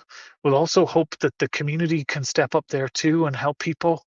Our resources will be finite in some sense, and we'll have a lot on our plate when it comes to building the platform, building the stack, and trying to hear as much feedback as possible. So if anybody out there is interested and wants to run regular teaching events, that was always something that was really great on Altspace, and the community really stepped up and did that. So yeah, I know you, Swifty, you've done stuff like that in the past, and if that's something that you're interested in doing again, would love it. Yes. No Yeah. expectation. Yeah. I was actually thinking Uh, about that. I was with the screen player. I was gonna think about bring back my Blender lessons, so people can Love it. come join once a week. Can do Blender to Unity, maybe a bit of Substance Painter. Explain how you can build your assets, and then apply textures, etc., etc. Great. Yeah. Love it. Thank you. Thank you in advance. Let's see. What have we got? Somebody's going to I had a question. hold me to the fact that they're going to import 3D models in the Quest headset after I talked about it for so long. Appreciate it. You should definitely hold me to that. Can the humanoid avatars be an option along with the robots, Stovert, on launch without the reward system? Yes, we are actually trying to aim to do that. Trying to aim are, caveats there because there's a lot involved, and I'm putting my team under severe pressure here to try and get that done. But we are going to try to aim to do that. No promises or guarantees.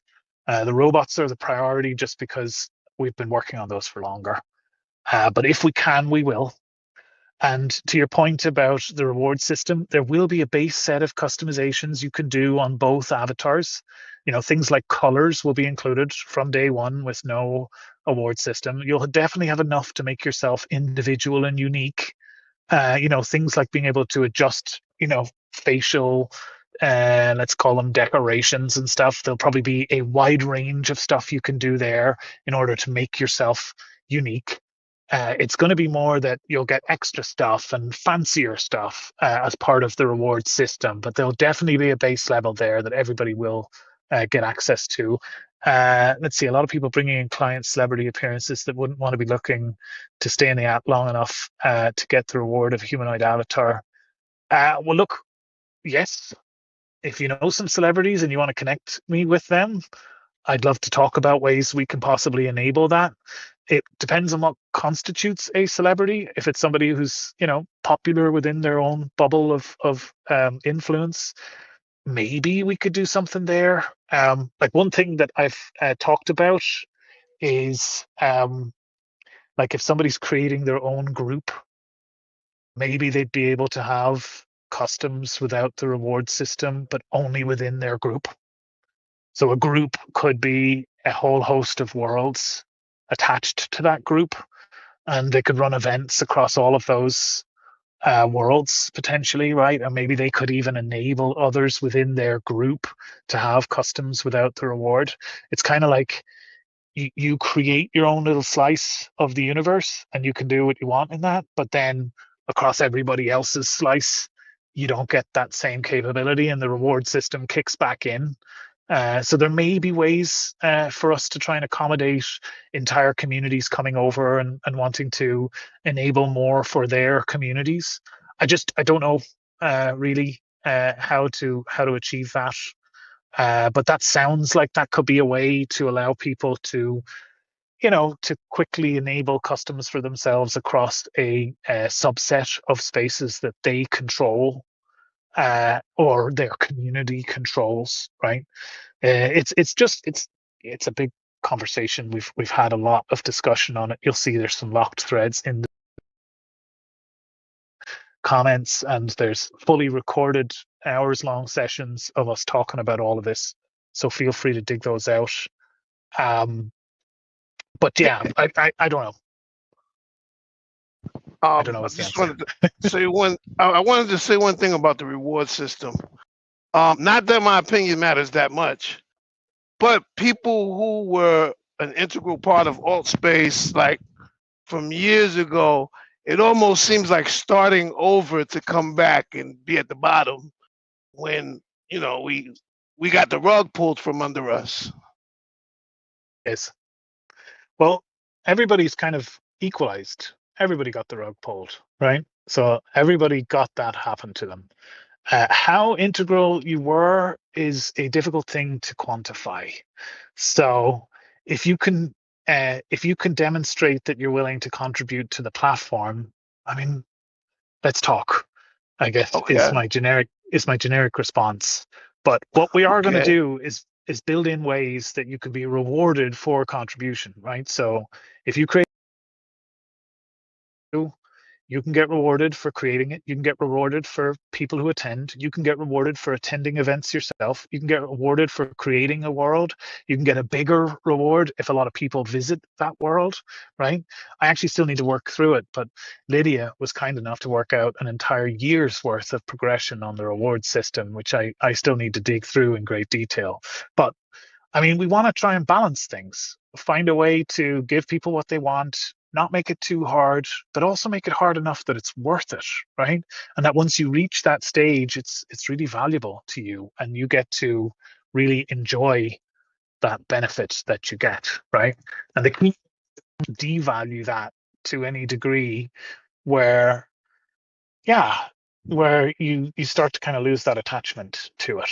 So we'll go on a journey with that together, and the reward system will serve as a way for us to experiment and find that balance, and we can adjust as we go. Okay, Okay. loads Next of question from new Pocky. questions. Very Yeah. important one. What's the first world new users are going to land in? You remember that tutorial info zone that AltSpace had? Yes. Yeah, Is there going to be maybe something like that, a sort of a get your bearings before you go to campfire? I think so. I think so.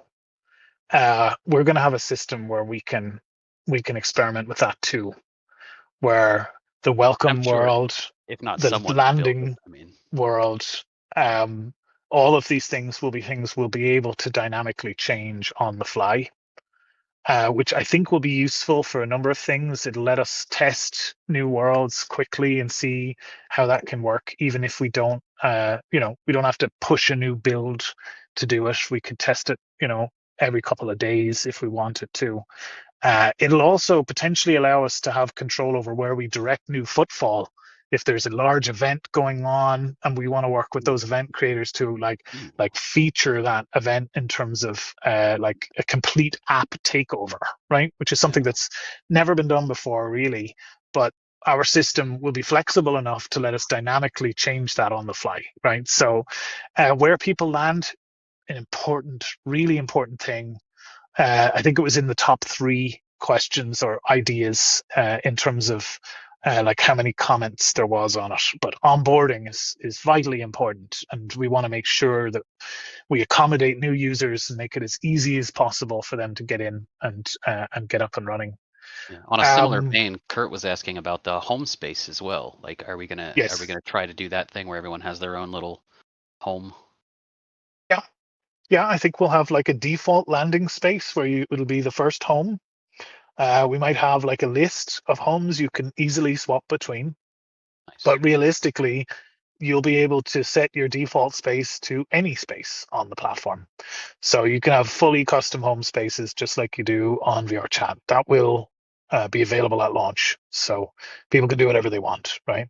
And maybe within your version of your home space, you've got the editor and you can decorate things out of the box. That would be a really nice, a really nice loop to close in terms of dive right in and get a taste of things on day one. You just need to put a padlock on the door that never actually does anything but still works. Yeah. There was Yeah. so much functionality built into those home spaces that seemed like they had a lot of ideas that never got finalized. Yes, that's true. Well, we've hopefully got the funnel in place to get as much feedback as possible. We maybe have a few more channels to establish there, but I hope we can actually get that in place. People want announcers so that new users joining their worlds get their names announced and we The can hear doorbell? like Oh, come on. a doorbell. Yeah, exactly. But I mean, people want it, right? So maybe it's something I we can know. just enable. It did get used a lot. Access control, right? Just in general. Private, friends plus. With groups, you can have levels of group access. Maybe it's group mods only. Maybe it's group wide access for your worlds or for your home space, or maybe it's just public, right? Maybe your home space is actually a fully public space that others can come and visit whenever they want, right? And maybe a doorbell could actually be, a door knock flow as well. So you have to actually explicitly let people in. I don't know how exactly any of that is going to work, but it's something Kind of sounds interesting. I like that, yeah. we won't rule out, right? Let's be there together.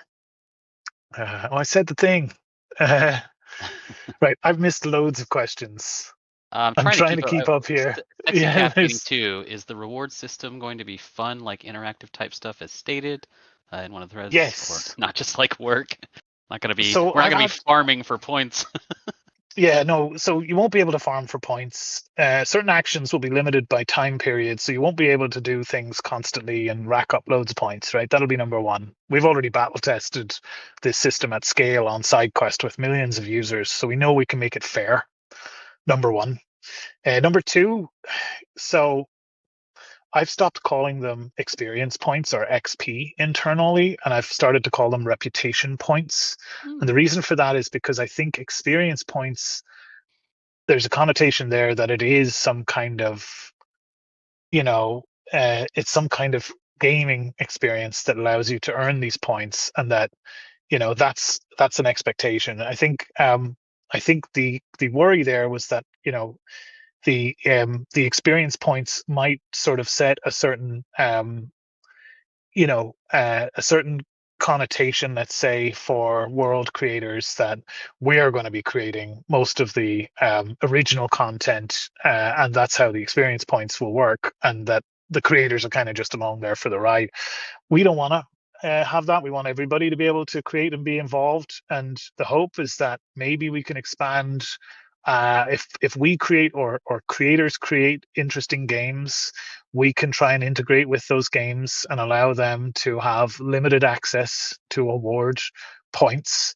So yeah, there could be loads of gamified things that could award you points, and definitely hope that, like, maybe you're playing Holograms Against Humanity, and when you win, you actually get something for it, right? Something that sticks with you, as long as that's limited, right? You can only win one holograms or two holograms games per week, and then you have to come back and play holograms again next week. We don't want people to be able to grind in a weekend and rack up loads of points, but we want to make it.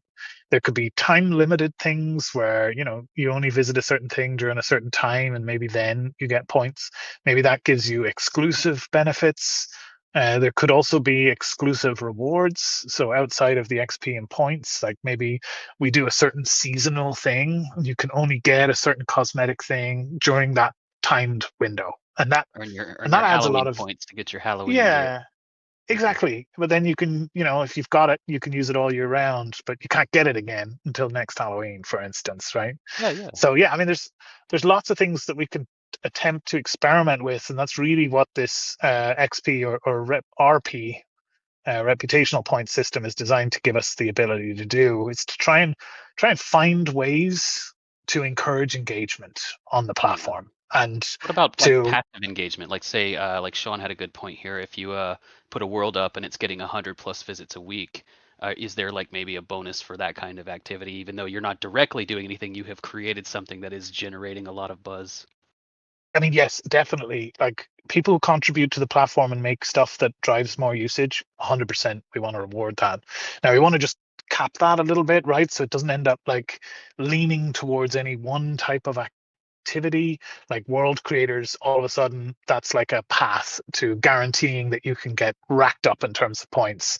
But we'll definitely want to reward that, and it'll be based on the proportion of how much that benefits the platform. So there's a good likelihood if you make a world and it earns, maybe there's thresholds of total Yeah. numbers of visits that it gets, and then you can earn and unlock rewards at those thresholds for sure. Totally up for that. That's I definitely like that.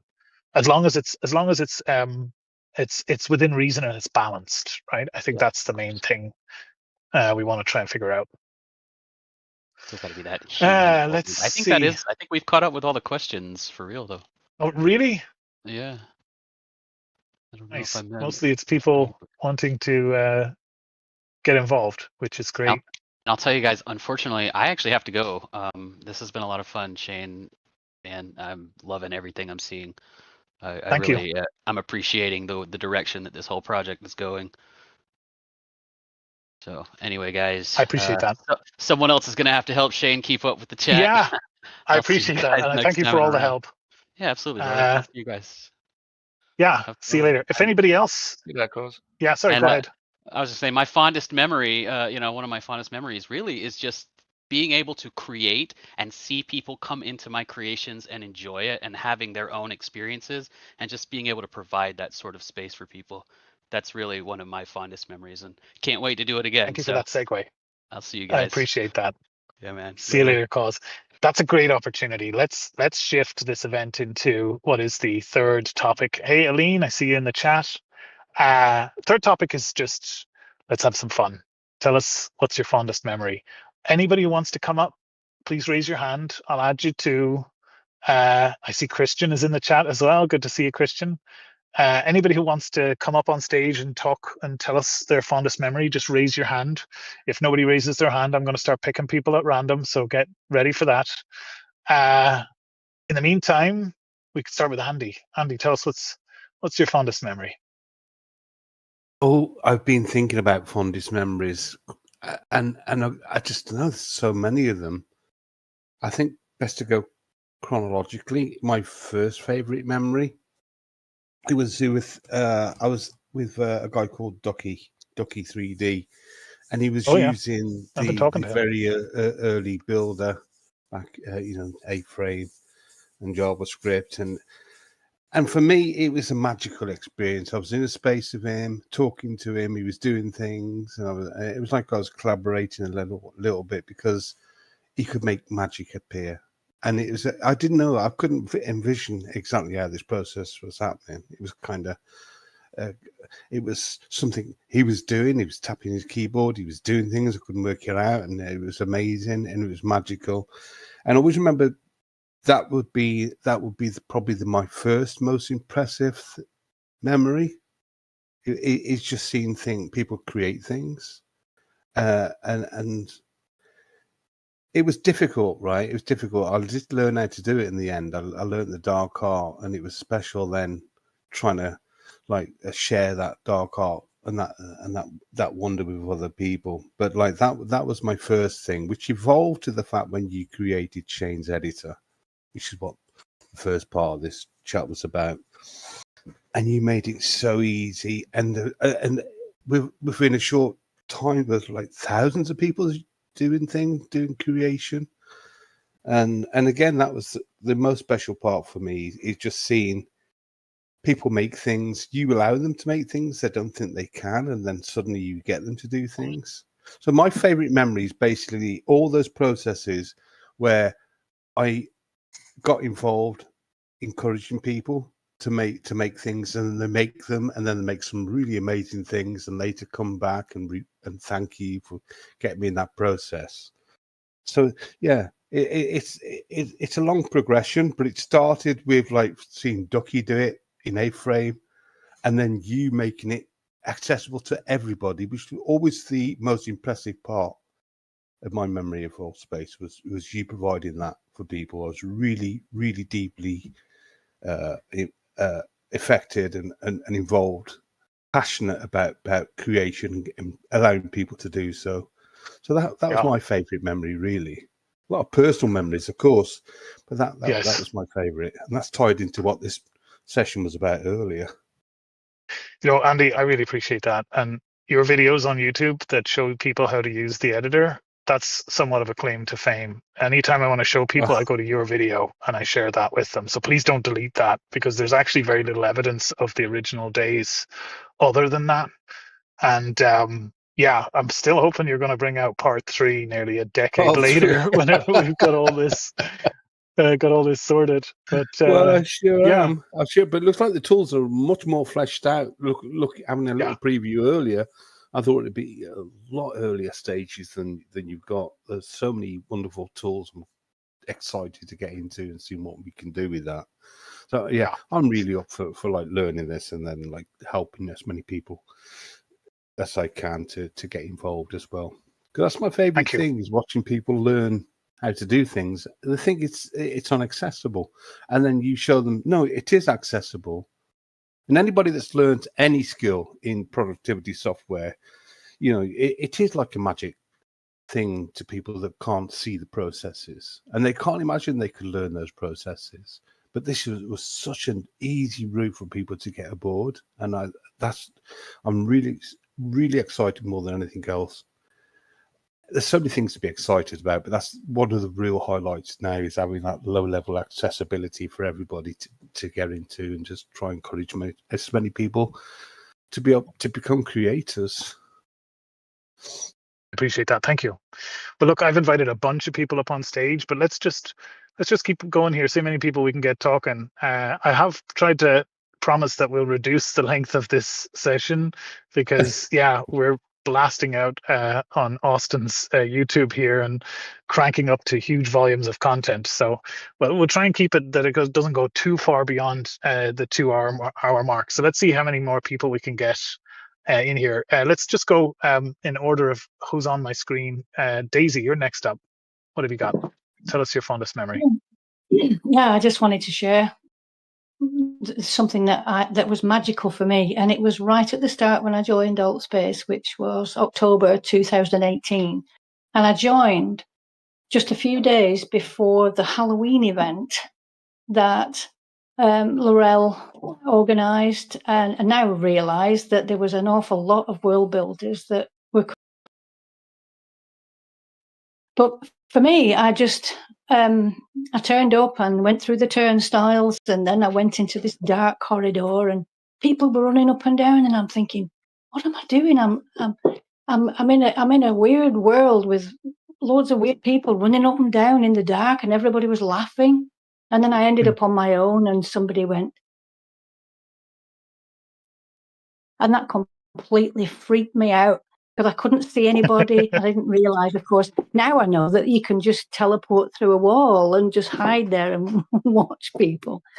But yes, I didn't have any clue, like you just said about, like Andy was just saying about people who are in awe because they don't know how it all works. All they can see is the result. And I was it was like being a kid in Disneyland, and I couldn't believe it. I was so excited. 2 hours later, and I've just felt I'd had the best experience of my life. It was better than going to Florida. And that inspired me to give other people the same experience. So that's why I became a community helper and onboarded a lot of new users and helped them to get around, helped them to build worlds, and shared a bunch of stuff and held me concerts and meetups and whatnot. And that's how it all started, because I was just so blown away by the creativity and the magicalness of it when I first came. Thank you. I appreciate that. And I completely agree. I'm going to try and keep my comments to a minimum so I can give other people a chance to talk. But let's see. Next on the list is Sean. Sean, your server muted because you had a lot of feedback on your mic. I'm going to unmute you now. So go ahead and tell us what's your Hello? fondest Can you memory. hear me? Yeah, we can hear you. Okay, no, I just wanted to up one and just say really quickly. I think my answer is a little bit different than everybody's.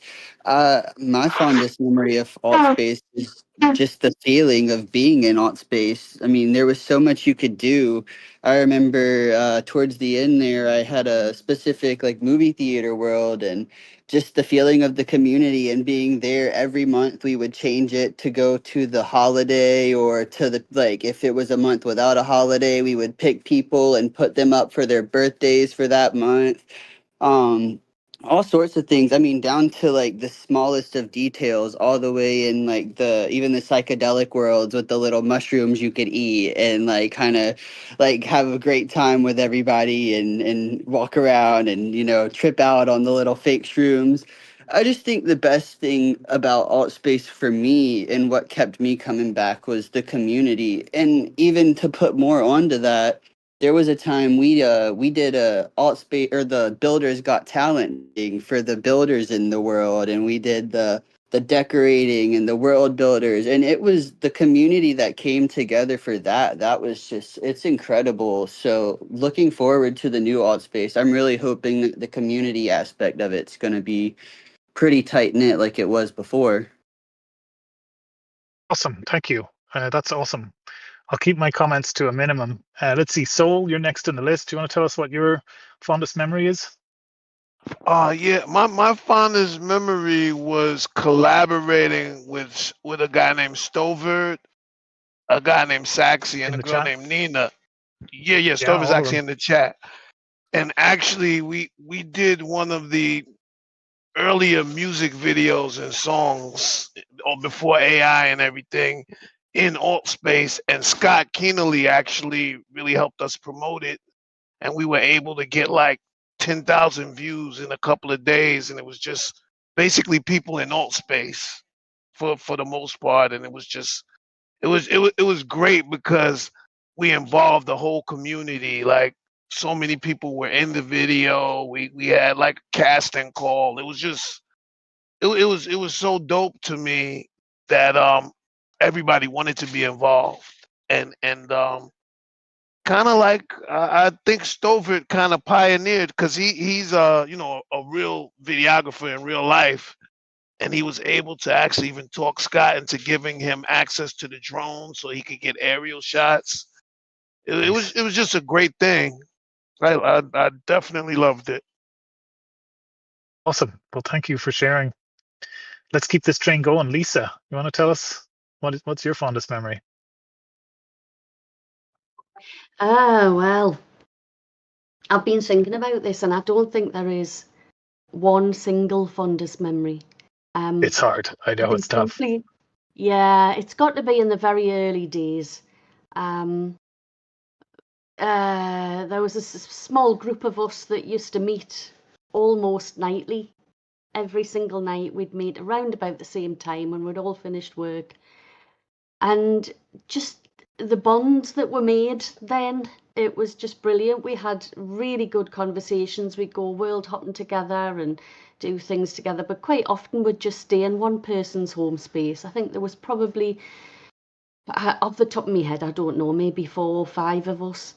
Yes. And it, like I say, I think we just formed such strong bonds back then that we're still in touch now, even though there's been no AltSpace for quite some time. And we're still getting touch on Discord and stuff. So yeah, it's nice. That's probably the fondest memory. There's been some very I've got some very vivid memories which aren't necessarily the fondest, maybe the funniest. Yes.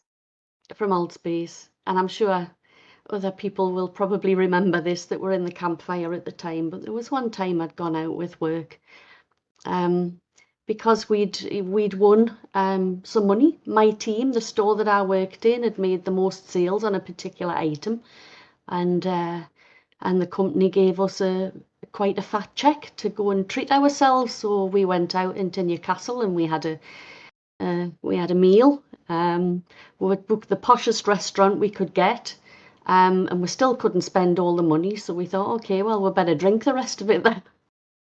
Oh boy. So we did, and then I came into Altspace afterwards Yes. and into the Yes. campfire, and yeah, I don't remember an awful lot about it, but I do remember the next time I came in the campfire, everybody was laughing and saying how entertaining I was, and I'd gained something like I 50 friends on my friends list. Know how they nice. were. Yes.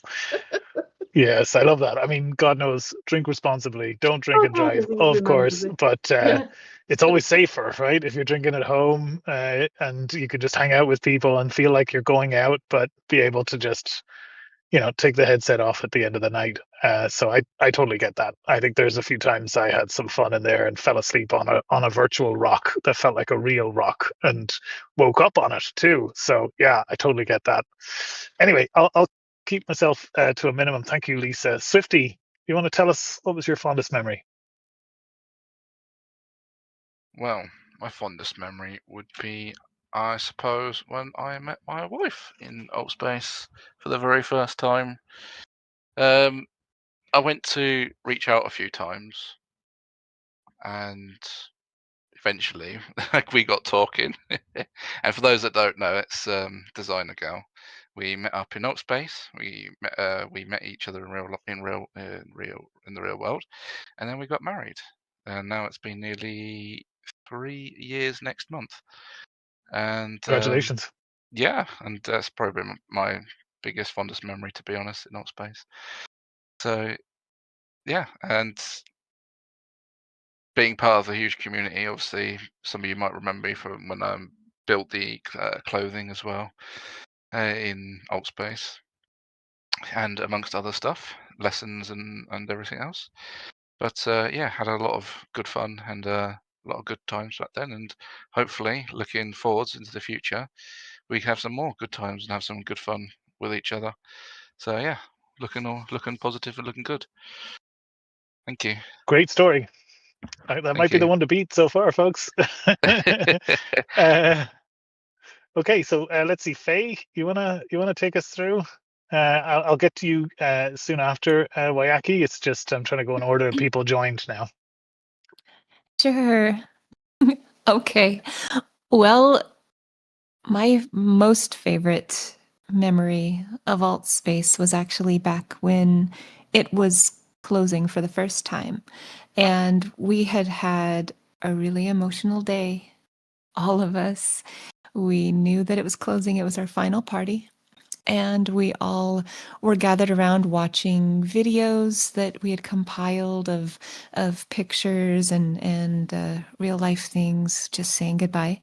And it was about I don't know, 7 p.m. or so. And we were at this final place in Andy's exhibition hall, actually. And we were waiting for the servers to shut down. And I remember that we were listening to karaoke music and singing, and Frozen, Let It Go came on, and I stepped up and I was belting it out, and I was crying because Altspace was going away. And we let it go. But then after it was over, my boss came up to me. Andy was my supervisor at the time, and he's like, "Had you seen Twitter?" We called it Twitter back then. And have you seen Twitter? What's going on? And so I went on, and there was a post from Eric Romo, who was the owner of Altspace, one of the founders, and he's like, "Why don't we keep the lights on a little bit longer?" I remember that. And we had no idea what that meant. I mean, come on, we were staff. We didn't know. What the heck? And that was crazy. So we all just kind of hung around. We waited to find out more information, but no one showed up. There was no Bruce, there was no Eric, there was no anybody. And we were all just sitting there. God, and I remembered Schmitty Tech just had been so devastated of everything shutting down. And it was just a really emotional time.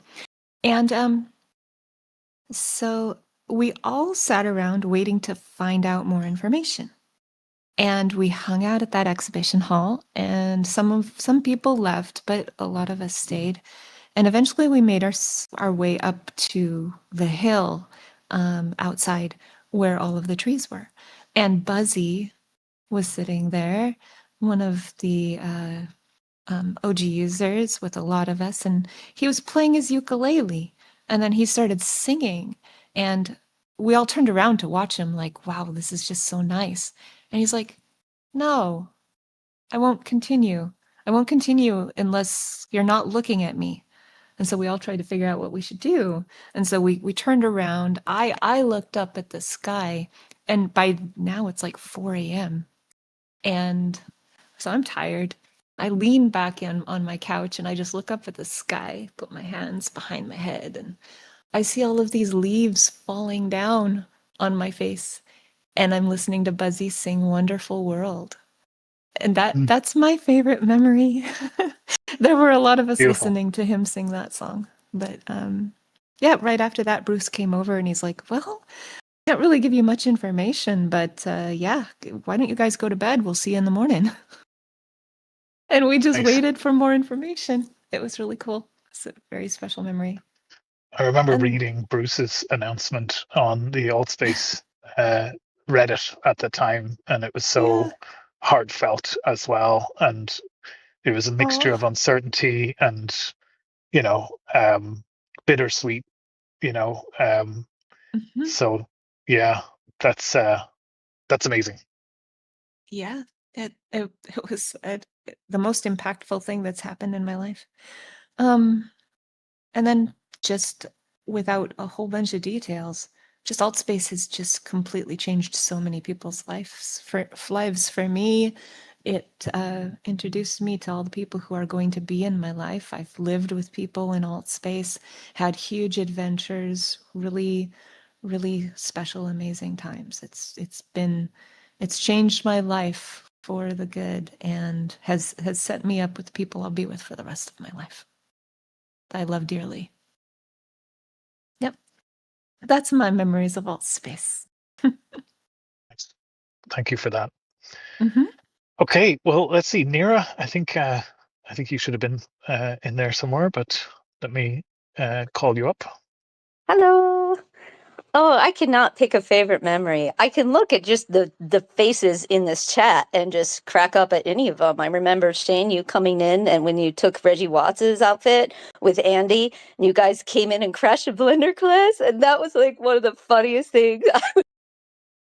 That day made me laugh uncontrollably. I was like, I just canceled the class. They were all like, "What is happening in here?" I'm like, "Well, guys, this is AltSpace." It was some people had just started AltSpace only to take that course, so that was like such a fun introduction. And we were just goofing off after the end of a class, putting fireworks off, and you guys all came in. But I can tell you, you traumatized me when Reggie Watts actually came up to me later that night in his moving teeth. I was like, I could not handle seeing him after that. I was like, Yes. there was so much goofy stuff. But like I just look at the faces in here, and like Faye too. Like if I had to seriously pick one of my most favorite memories, it's when I watched Faye sing so much in AltSpace. And when she came up to me so excited that she tried out and was going to be Jasmine in Aladdin, I had to take that on. She's like, "Can you help with the production and everything?" I'm like, I I loved that project more than anything. There was this one moment where I was working on stuff and she was on stage rehearsing, and she's like, "Man, I keep putting my arm down. I need to do this again." And we were just rehearsing, take after take after take. And I just thought it was so real to feel like we her do something that was so incredibly important to her that she did not get to do in real life ever.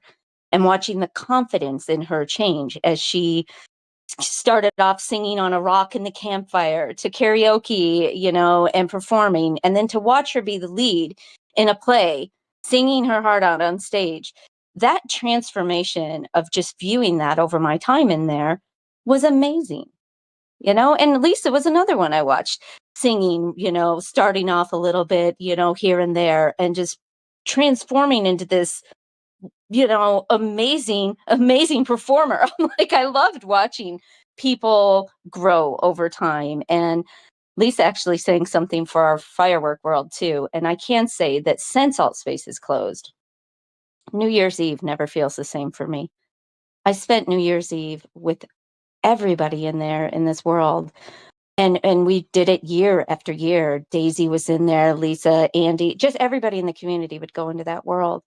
And a New Year's Eve after that, like, I even have my kids and it gets pretty crazy here, but there's still something that feels like it's missing every year that I just don't have with all of my friends looking around and being there with me, and singing together and hugging afterwards. And there's just something so magical about that. And I had a whole family in there, and we didn't all necessarily get along all the time. And that's what family's like in the real world too, though. And I was like, and That's community. I really loved that. I mean, there was this time too that we had somebody come in and they were talking about VR chat, and it was me and Henry was not fond of me at all at the time, like he was my best frenemy in AltSpace. And they came in and they said something to Henry and they were like, trying to talk up VR chat. He's like, well, why don't you can go to VR chat. And he goes, what are you two, like, best friends or something? And he looked at me, he goes, that bitch, I can't stand her, but she's my family. I love her. She's my family. And I just laughed. I thought it was so funny though, because he's right. Like, and that was like a person at the time, like, and him and I, after all of that, even became friends because we knew that even that, like where people so didn't get along, he knew I still had his back and I knew he still had mine. So, I mean, there was just these moments in there that were so hilarious and so familiar. Like, it was seriously like feeling like you were home all the time and visiting your family. And you're slightly crazy and, family at times, but they were still all family. And the memories that I have with so many people in this chat, I visited with so many people in there, and there are so many great people in this whole group. And to pick one memory out of everybody, it would just I couldn't because I loved it all. Awesome. Brilliant. Thank you so much. I think so many people resonate and agree with everything that you've said there. Well, listen, let's keep the train going. We're over the hour now. I want to try and get as many people heard and on the stream so we can record as much of this as possible. Everybody, you're live to YouTube. I should have probably opened with that, but yeah. Anyway, Wayaki, you want to jump in? Tell us what's your fondest memory? Oh yeah, Shane. First of all, it's nice to see you. Nice to see your ugly face again. Been a long time. Yeah. Man, I feel like crying because the memories that we have from our space, I have lived an alternate life since after my life changed. I launched an organization that has impacted my community. We have Wi-Fi in my community because of us. Because that's why I met wonderful people. I grew what I have now in Austin. And many people know I'm not actually in the urban areas of Kenya. I'm in the rural areas. But the fact that we have been able to bring so much impact, people flying all the way from the US, whom I met in Austin, to me, it changed my life. I mean, completely. It turned my life upside down. And I met the wonderful folks at Evolve VR, led by Jeremy Nico, and his father, Tom Nico, became my associate and my co-founder of Africa VR Campus and Center. And the moment that these guys started flying to Kenya, I looked back and said, it could have never happened. And by the way, I brought in my first, this is my Samsung Gear VR that I was using then. And I met people like Rorel, who was actually Rorel Van Posen, the founder of Educators in VR, is still my oldest metaverse friend since 2017. I mean, a relationship that has grown so wrong. And I can't forget the wonderful events that we had. I used to go to an event called Humanism by a guy called Ron, whom I've never met again. And he used to be so philosophical of everything about life. Shushu's world was so magical to visit. And they not only change your perspective of sight, but your perspective of thought. When you go around the planet Saturn, and it just gives you what I used to call God eyes, because those are things you cannot see with your physical eyes. I hosted two events that I'll never forget.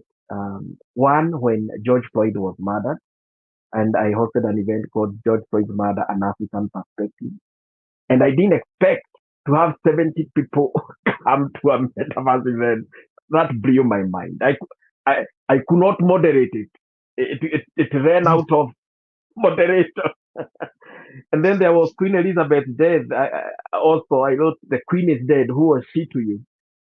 And it's just the way we grow everything that we are even now. I continue using VR, and I'm passionate about VR because of the experiences that I had in Allspace. Africa VR Campus and Center owes it all to Allspace. So personally, I want to thank you, Shane, because somebody said here that we need to keep the light shining, we need to keep the light going on, and you are the one who stepped up and did it. I mean, we all have that place, but nobody else stepped up, but you did, and you want to bring that magic, and everyone else who I'm talking magical moment to bring all that back. And what I want to request everyone who is here, let's support each other. Let's go to each other's events. Let's correct each other in a friendly way. Let's inspire each other, and let's mentor each other. Because if you had told me that my life would change, I bought a car, I built a house, I started an organization, I started an institution, all because of us. So I know if we do this as a community, I always say that we could be the best and the next United Nations, and the best that ever been to impact the whole world. Thank you. That's amazing. That is phenomenal. Thank you. Position I am. And Swifty, I think that's somebody's one up to you there. It's so great to hear a story of such impact, and I'm really glad to be part of that. So thank you for having faith and trusting me to be able to do my best to try and bring this back, something that's so important to so many people. Anyway, let's keep the train going. I'm not going to ask anybody else into the chat. I won't bring anyone else. So I'm going to try and hear everybody that's here. If you do have any more memories, please share them in the chat. It'll be on the stream and it'll be in the chat, right? So it'll be there. So please share them. Also, flood the chat with emojis. Why not? That's what we used to do in Altspace. Let's do it right here now as well. Flood the chat. Everybody like everybody's message. And yeah, anyway, let's keep going. Who's next? I think maybe Stands with Trees. I think you're probably next on the list. So please tell us, what's your fondest memory? Oh boy, there are just so many. I would have to say that my fondest memory was doing Altspace 101.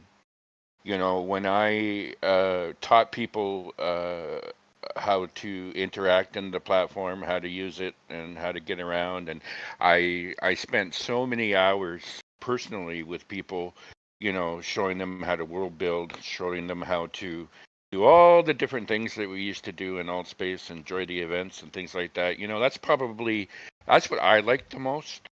Was bringing new people in, teaching them how to use the platform, and seeing the excitement and the enjoyment that they got out of it. You know, that was so great for me. That's what made me happy to see.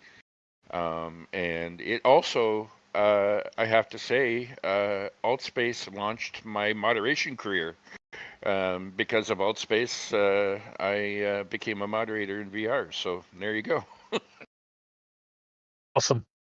101. Such a great collaboration between the platform and the community. We should definitely revive that again. Let's keep things going. I don't want to keep Austin here too long, but Static, you want to take us away since you're right up there at top of my list? Yeah, I'll tell you.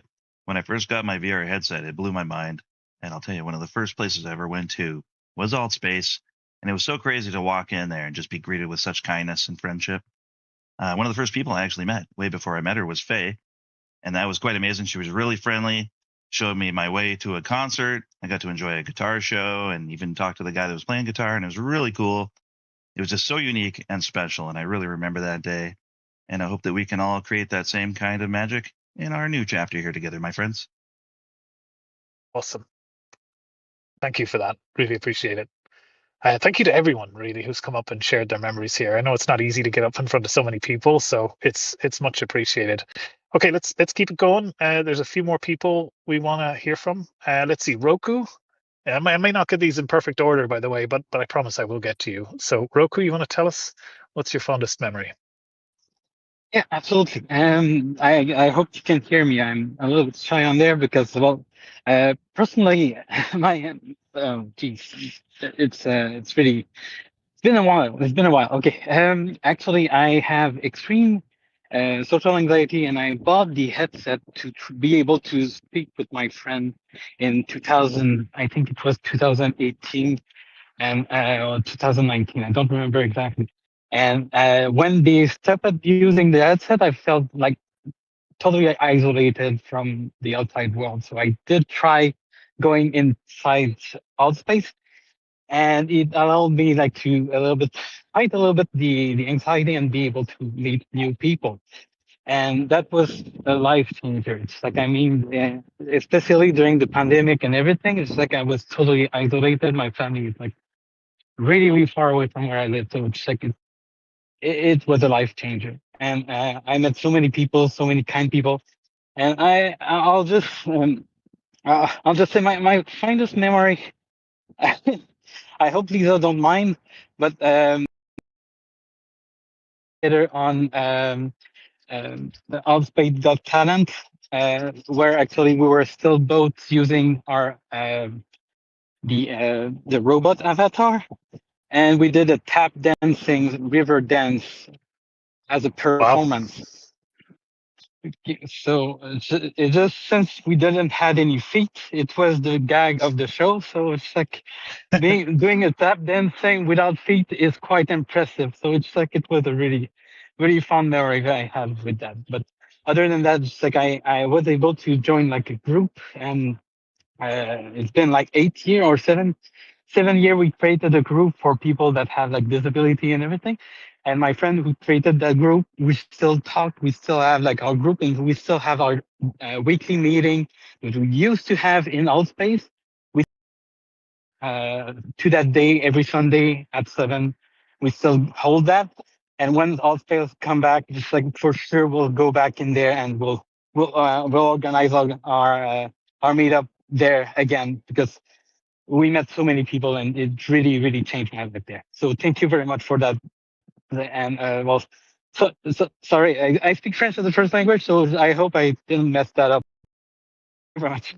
You got it perfect. You got it absolutely perfect, and well done. And yes, I really look forward to having you guys again and creating these memories again. Okay, let's keep it going. Let's see, Rebecca, you want to tell us what's your fondest memory?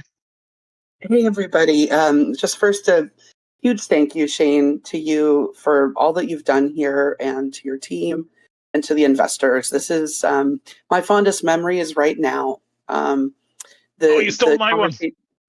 I was totally going to say that. But sorry, go ahead. No, it's okay. It just makes me so happy, and it's seeing all these folks here in the chat and who are listening right now and who are participating on the Discord. It's the most beautiful thing. I probably sound a little I briefly had to think back. I'm pretty sure my first time in Altspace was around 2016, because I had my Galaxy VR headset, my Gear VR, and I came in, and I remember all the news when it was first closing, and I was kind of like too sad to join. at the time, but I remember reading all the things that happened, and then we come back around again to 2013. Anyways, my fondest memory, and this is kind of weird, but it's of meeting people after AltSpace went away. So the day after, March 11th, 2023, we had a meetup in the San Francisco Bay Area, and got to chat with several people who I just known there. And I think the most beautiful thing of this virtual space that we can inhabit is how well that you can sort of know and understand someone when you meet them in person, having met them and interacted with them through their avatar and seeing, and we didn't have complex avatars, but we didn't need that. Like you can still see how somebody moves in space and then understand them as a person. So, just combined with, of course, all the other wonderful things that AltSpace had that you're bringing back, building in VR, I think is so, so massive. And, all the events that people did, just seeing all the folks here that are producers, the tech events, what Mira said, all the holidays spent with people, event producers like Psycho, all of that. So thanks again. More memories to come. Awesome. Thank you. I appreciate that. Well, look, that's a nice segue. Let's bring Psycho up next. I think we've got IT Tray, Kip VR, and I think that's going to be us then. But yeah, go ahead, Psycho. Tell us what's your fondest Hey. memory. Hi guys, thanks Shane. It's sort of like everyone, we have more than one. A couple things for me. I will say one thing that encompasses all for me is my major fondest memory of everything is every time that the projects and events that I try to bring into to VR, like what I have in Banter, Shane, and what I have in VRC and everything. For me, it's getting the reactions from people in how that has affected them. It's the fact that I want to provide something where people can feel that they belong. Everyone who knows me knows my projects. My motto is collaboration, not competition, and that I have a place for everyone. I will find a place for everyone in my projects. And I've been very honored to have people from different communities, neurodivergent communities, people who are handicapped communities, people who don't get to participate in life for whatever reason, whether it's a bias from other people who are ignorant of the situation and don't understand what they go through, or they can't even leave their house. And for me, getting responses from people who are able to participate in something fun, like Pandemonium of Fear, like performances, Rebecca and Nira talking about performances and Aladdin, things like that. For me, my memory is every time somebody feels they belong and that they are seen, and that it is a result of what I can try to bring to them. And, the things I do as a director or producer or any of that, it's not my peer support groups, my performance stuff, anything. I do it because I have a passion for it and I love it, but I have a passion for people and human beings. And for me, it's about being a good human. And I think that that's more important for me. These things started out as something fun for everyone to enjoy, but they have turned into something that is more intrinsic for everyone that takes part. And I just sit back. I don't take credit. I'm not pinning a star on my ass. You guys who know me know I'm transparent. I put my cards on the table. What you see is what you get. It's probably going to get me in a lot of trouble in life. I get that. But but when I am behind bars and I'm talking to you guys like this, I just think the most important thing is that we be ourselves, you guys. You know what? We don't look to Chat GPT to give us comments to post in chats. We don't look to chat to tell us how to talk to people.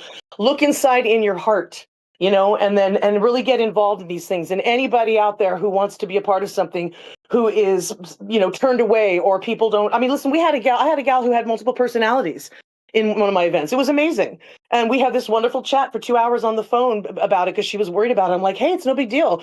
Hey, tell me what to do when I meet each of your, personalities. So it was kind of cool. So that's why I want to say this, Shane. I'm really excited about you bringing this back. I want this to be real. I want this to be lasting for everyone. I want this to be something that matters, because everybody in AltSpace, the original OG AltSpacers, we all know where that was in our heart. That was our home, and we were each other's home. So for me, I don't want to, I'm not going to get on my usual soapbox as I do, but I just want to say that I'm looking forward to making more memories, and the fact that I have some incredible people in my life as a result of AltSpace who will always be there.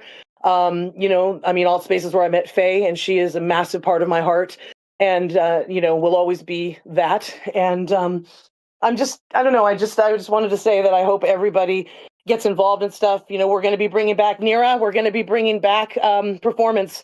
We want to do another Aladdin, Little Mermaid, Rocky Horror. I have all these ideas. So I just want to make more memories, and I want to make places where all of you and everyone else can feel welcome and a part of something.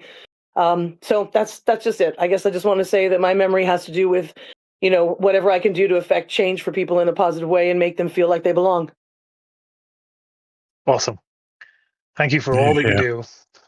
Sorry for rambling. Such a noble attitude to everything. It's much appreciated. Thank you. Okay, let's see. We'll go IT Trey first. You can come up, and then we'll finish up with Kip VR. Apologies if I'm doing this out of order, but we'll get to everybody. But go ahead. My mic IT is Trey, tell us. echoing. Can you hear me? Yes, we can hear you just fine. Yes. Okay. So I got many memories, like many people said.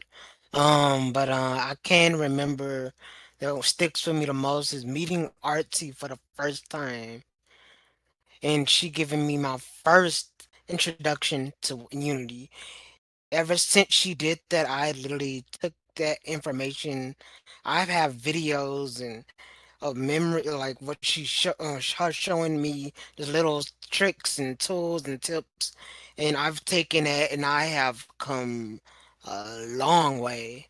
And ever since then, like it's just been a journey for me. Like, and now we got AI now, like, and it's like when AI come into the picture, it's like I know how to do this stuff. It just makes stuff like easier for me now. But I'm like, I know how to do this manually though. And also, like, it's just I had a family in space. And when I literally say a family, it was literally people I called my brothers, my sisters, my aunts, my uncles. Like, I literally had a real family. And I remember taking Ryan's class in AltSpace. I actually went through his whole class and I graduated. We had a whole introduction, a graduation ceremony. We had graduating with graduation hats, and he gave us diplomas and everything.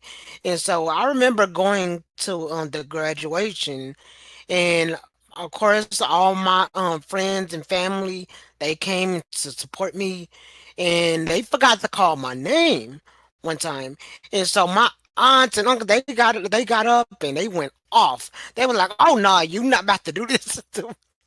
And then so yes, and then they were like, "Oh, I'm sorry," and then they called my name. But yes, I remember that like the community aspect of space. It was really during the pandemic when we couldn't go anywhere and we were stuck inside. I felt like I went like when I put my headset on, it's daytime. And then when I take my headset off, it's pitch dark outside. That's what I love. I mean, I just love that feeling. I really do. So that's my memory. Awesome. I totally agree with you. I've done that many times, not knowing what time of day it is or where in the room I've even ended up, because it's somewhere between 8 to 14 hours later. Anyway, Kip, you want to take us home?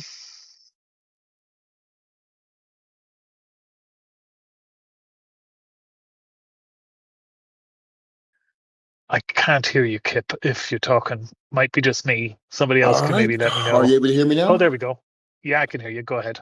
Yes, sir. Yes, sir. So first and foremost, thank you for allowing me to speak here today. I'd like to thank you for everything that you're doing in order to bring AltSpace back to the people, because it was definitely some of my fondest memories of first coming into VR.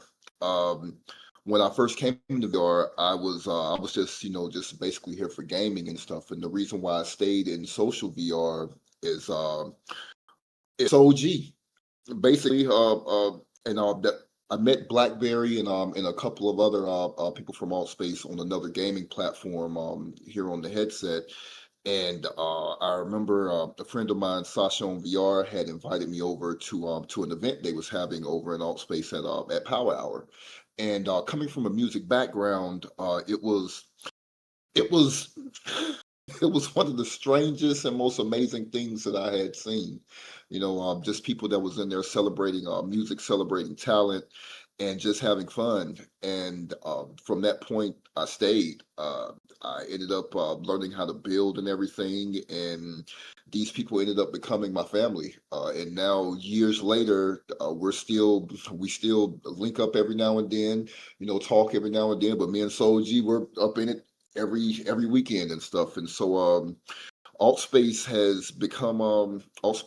family has become like a real family to me. We meet up every year. Like I'm Sexy Cap in the comments right now. I met her what, a year ago in Las Vegas and stuff. So we try to Wow. meet up every now and then and just celebrate that connection that we have.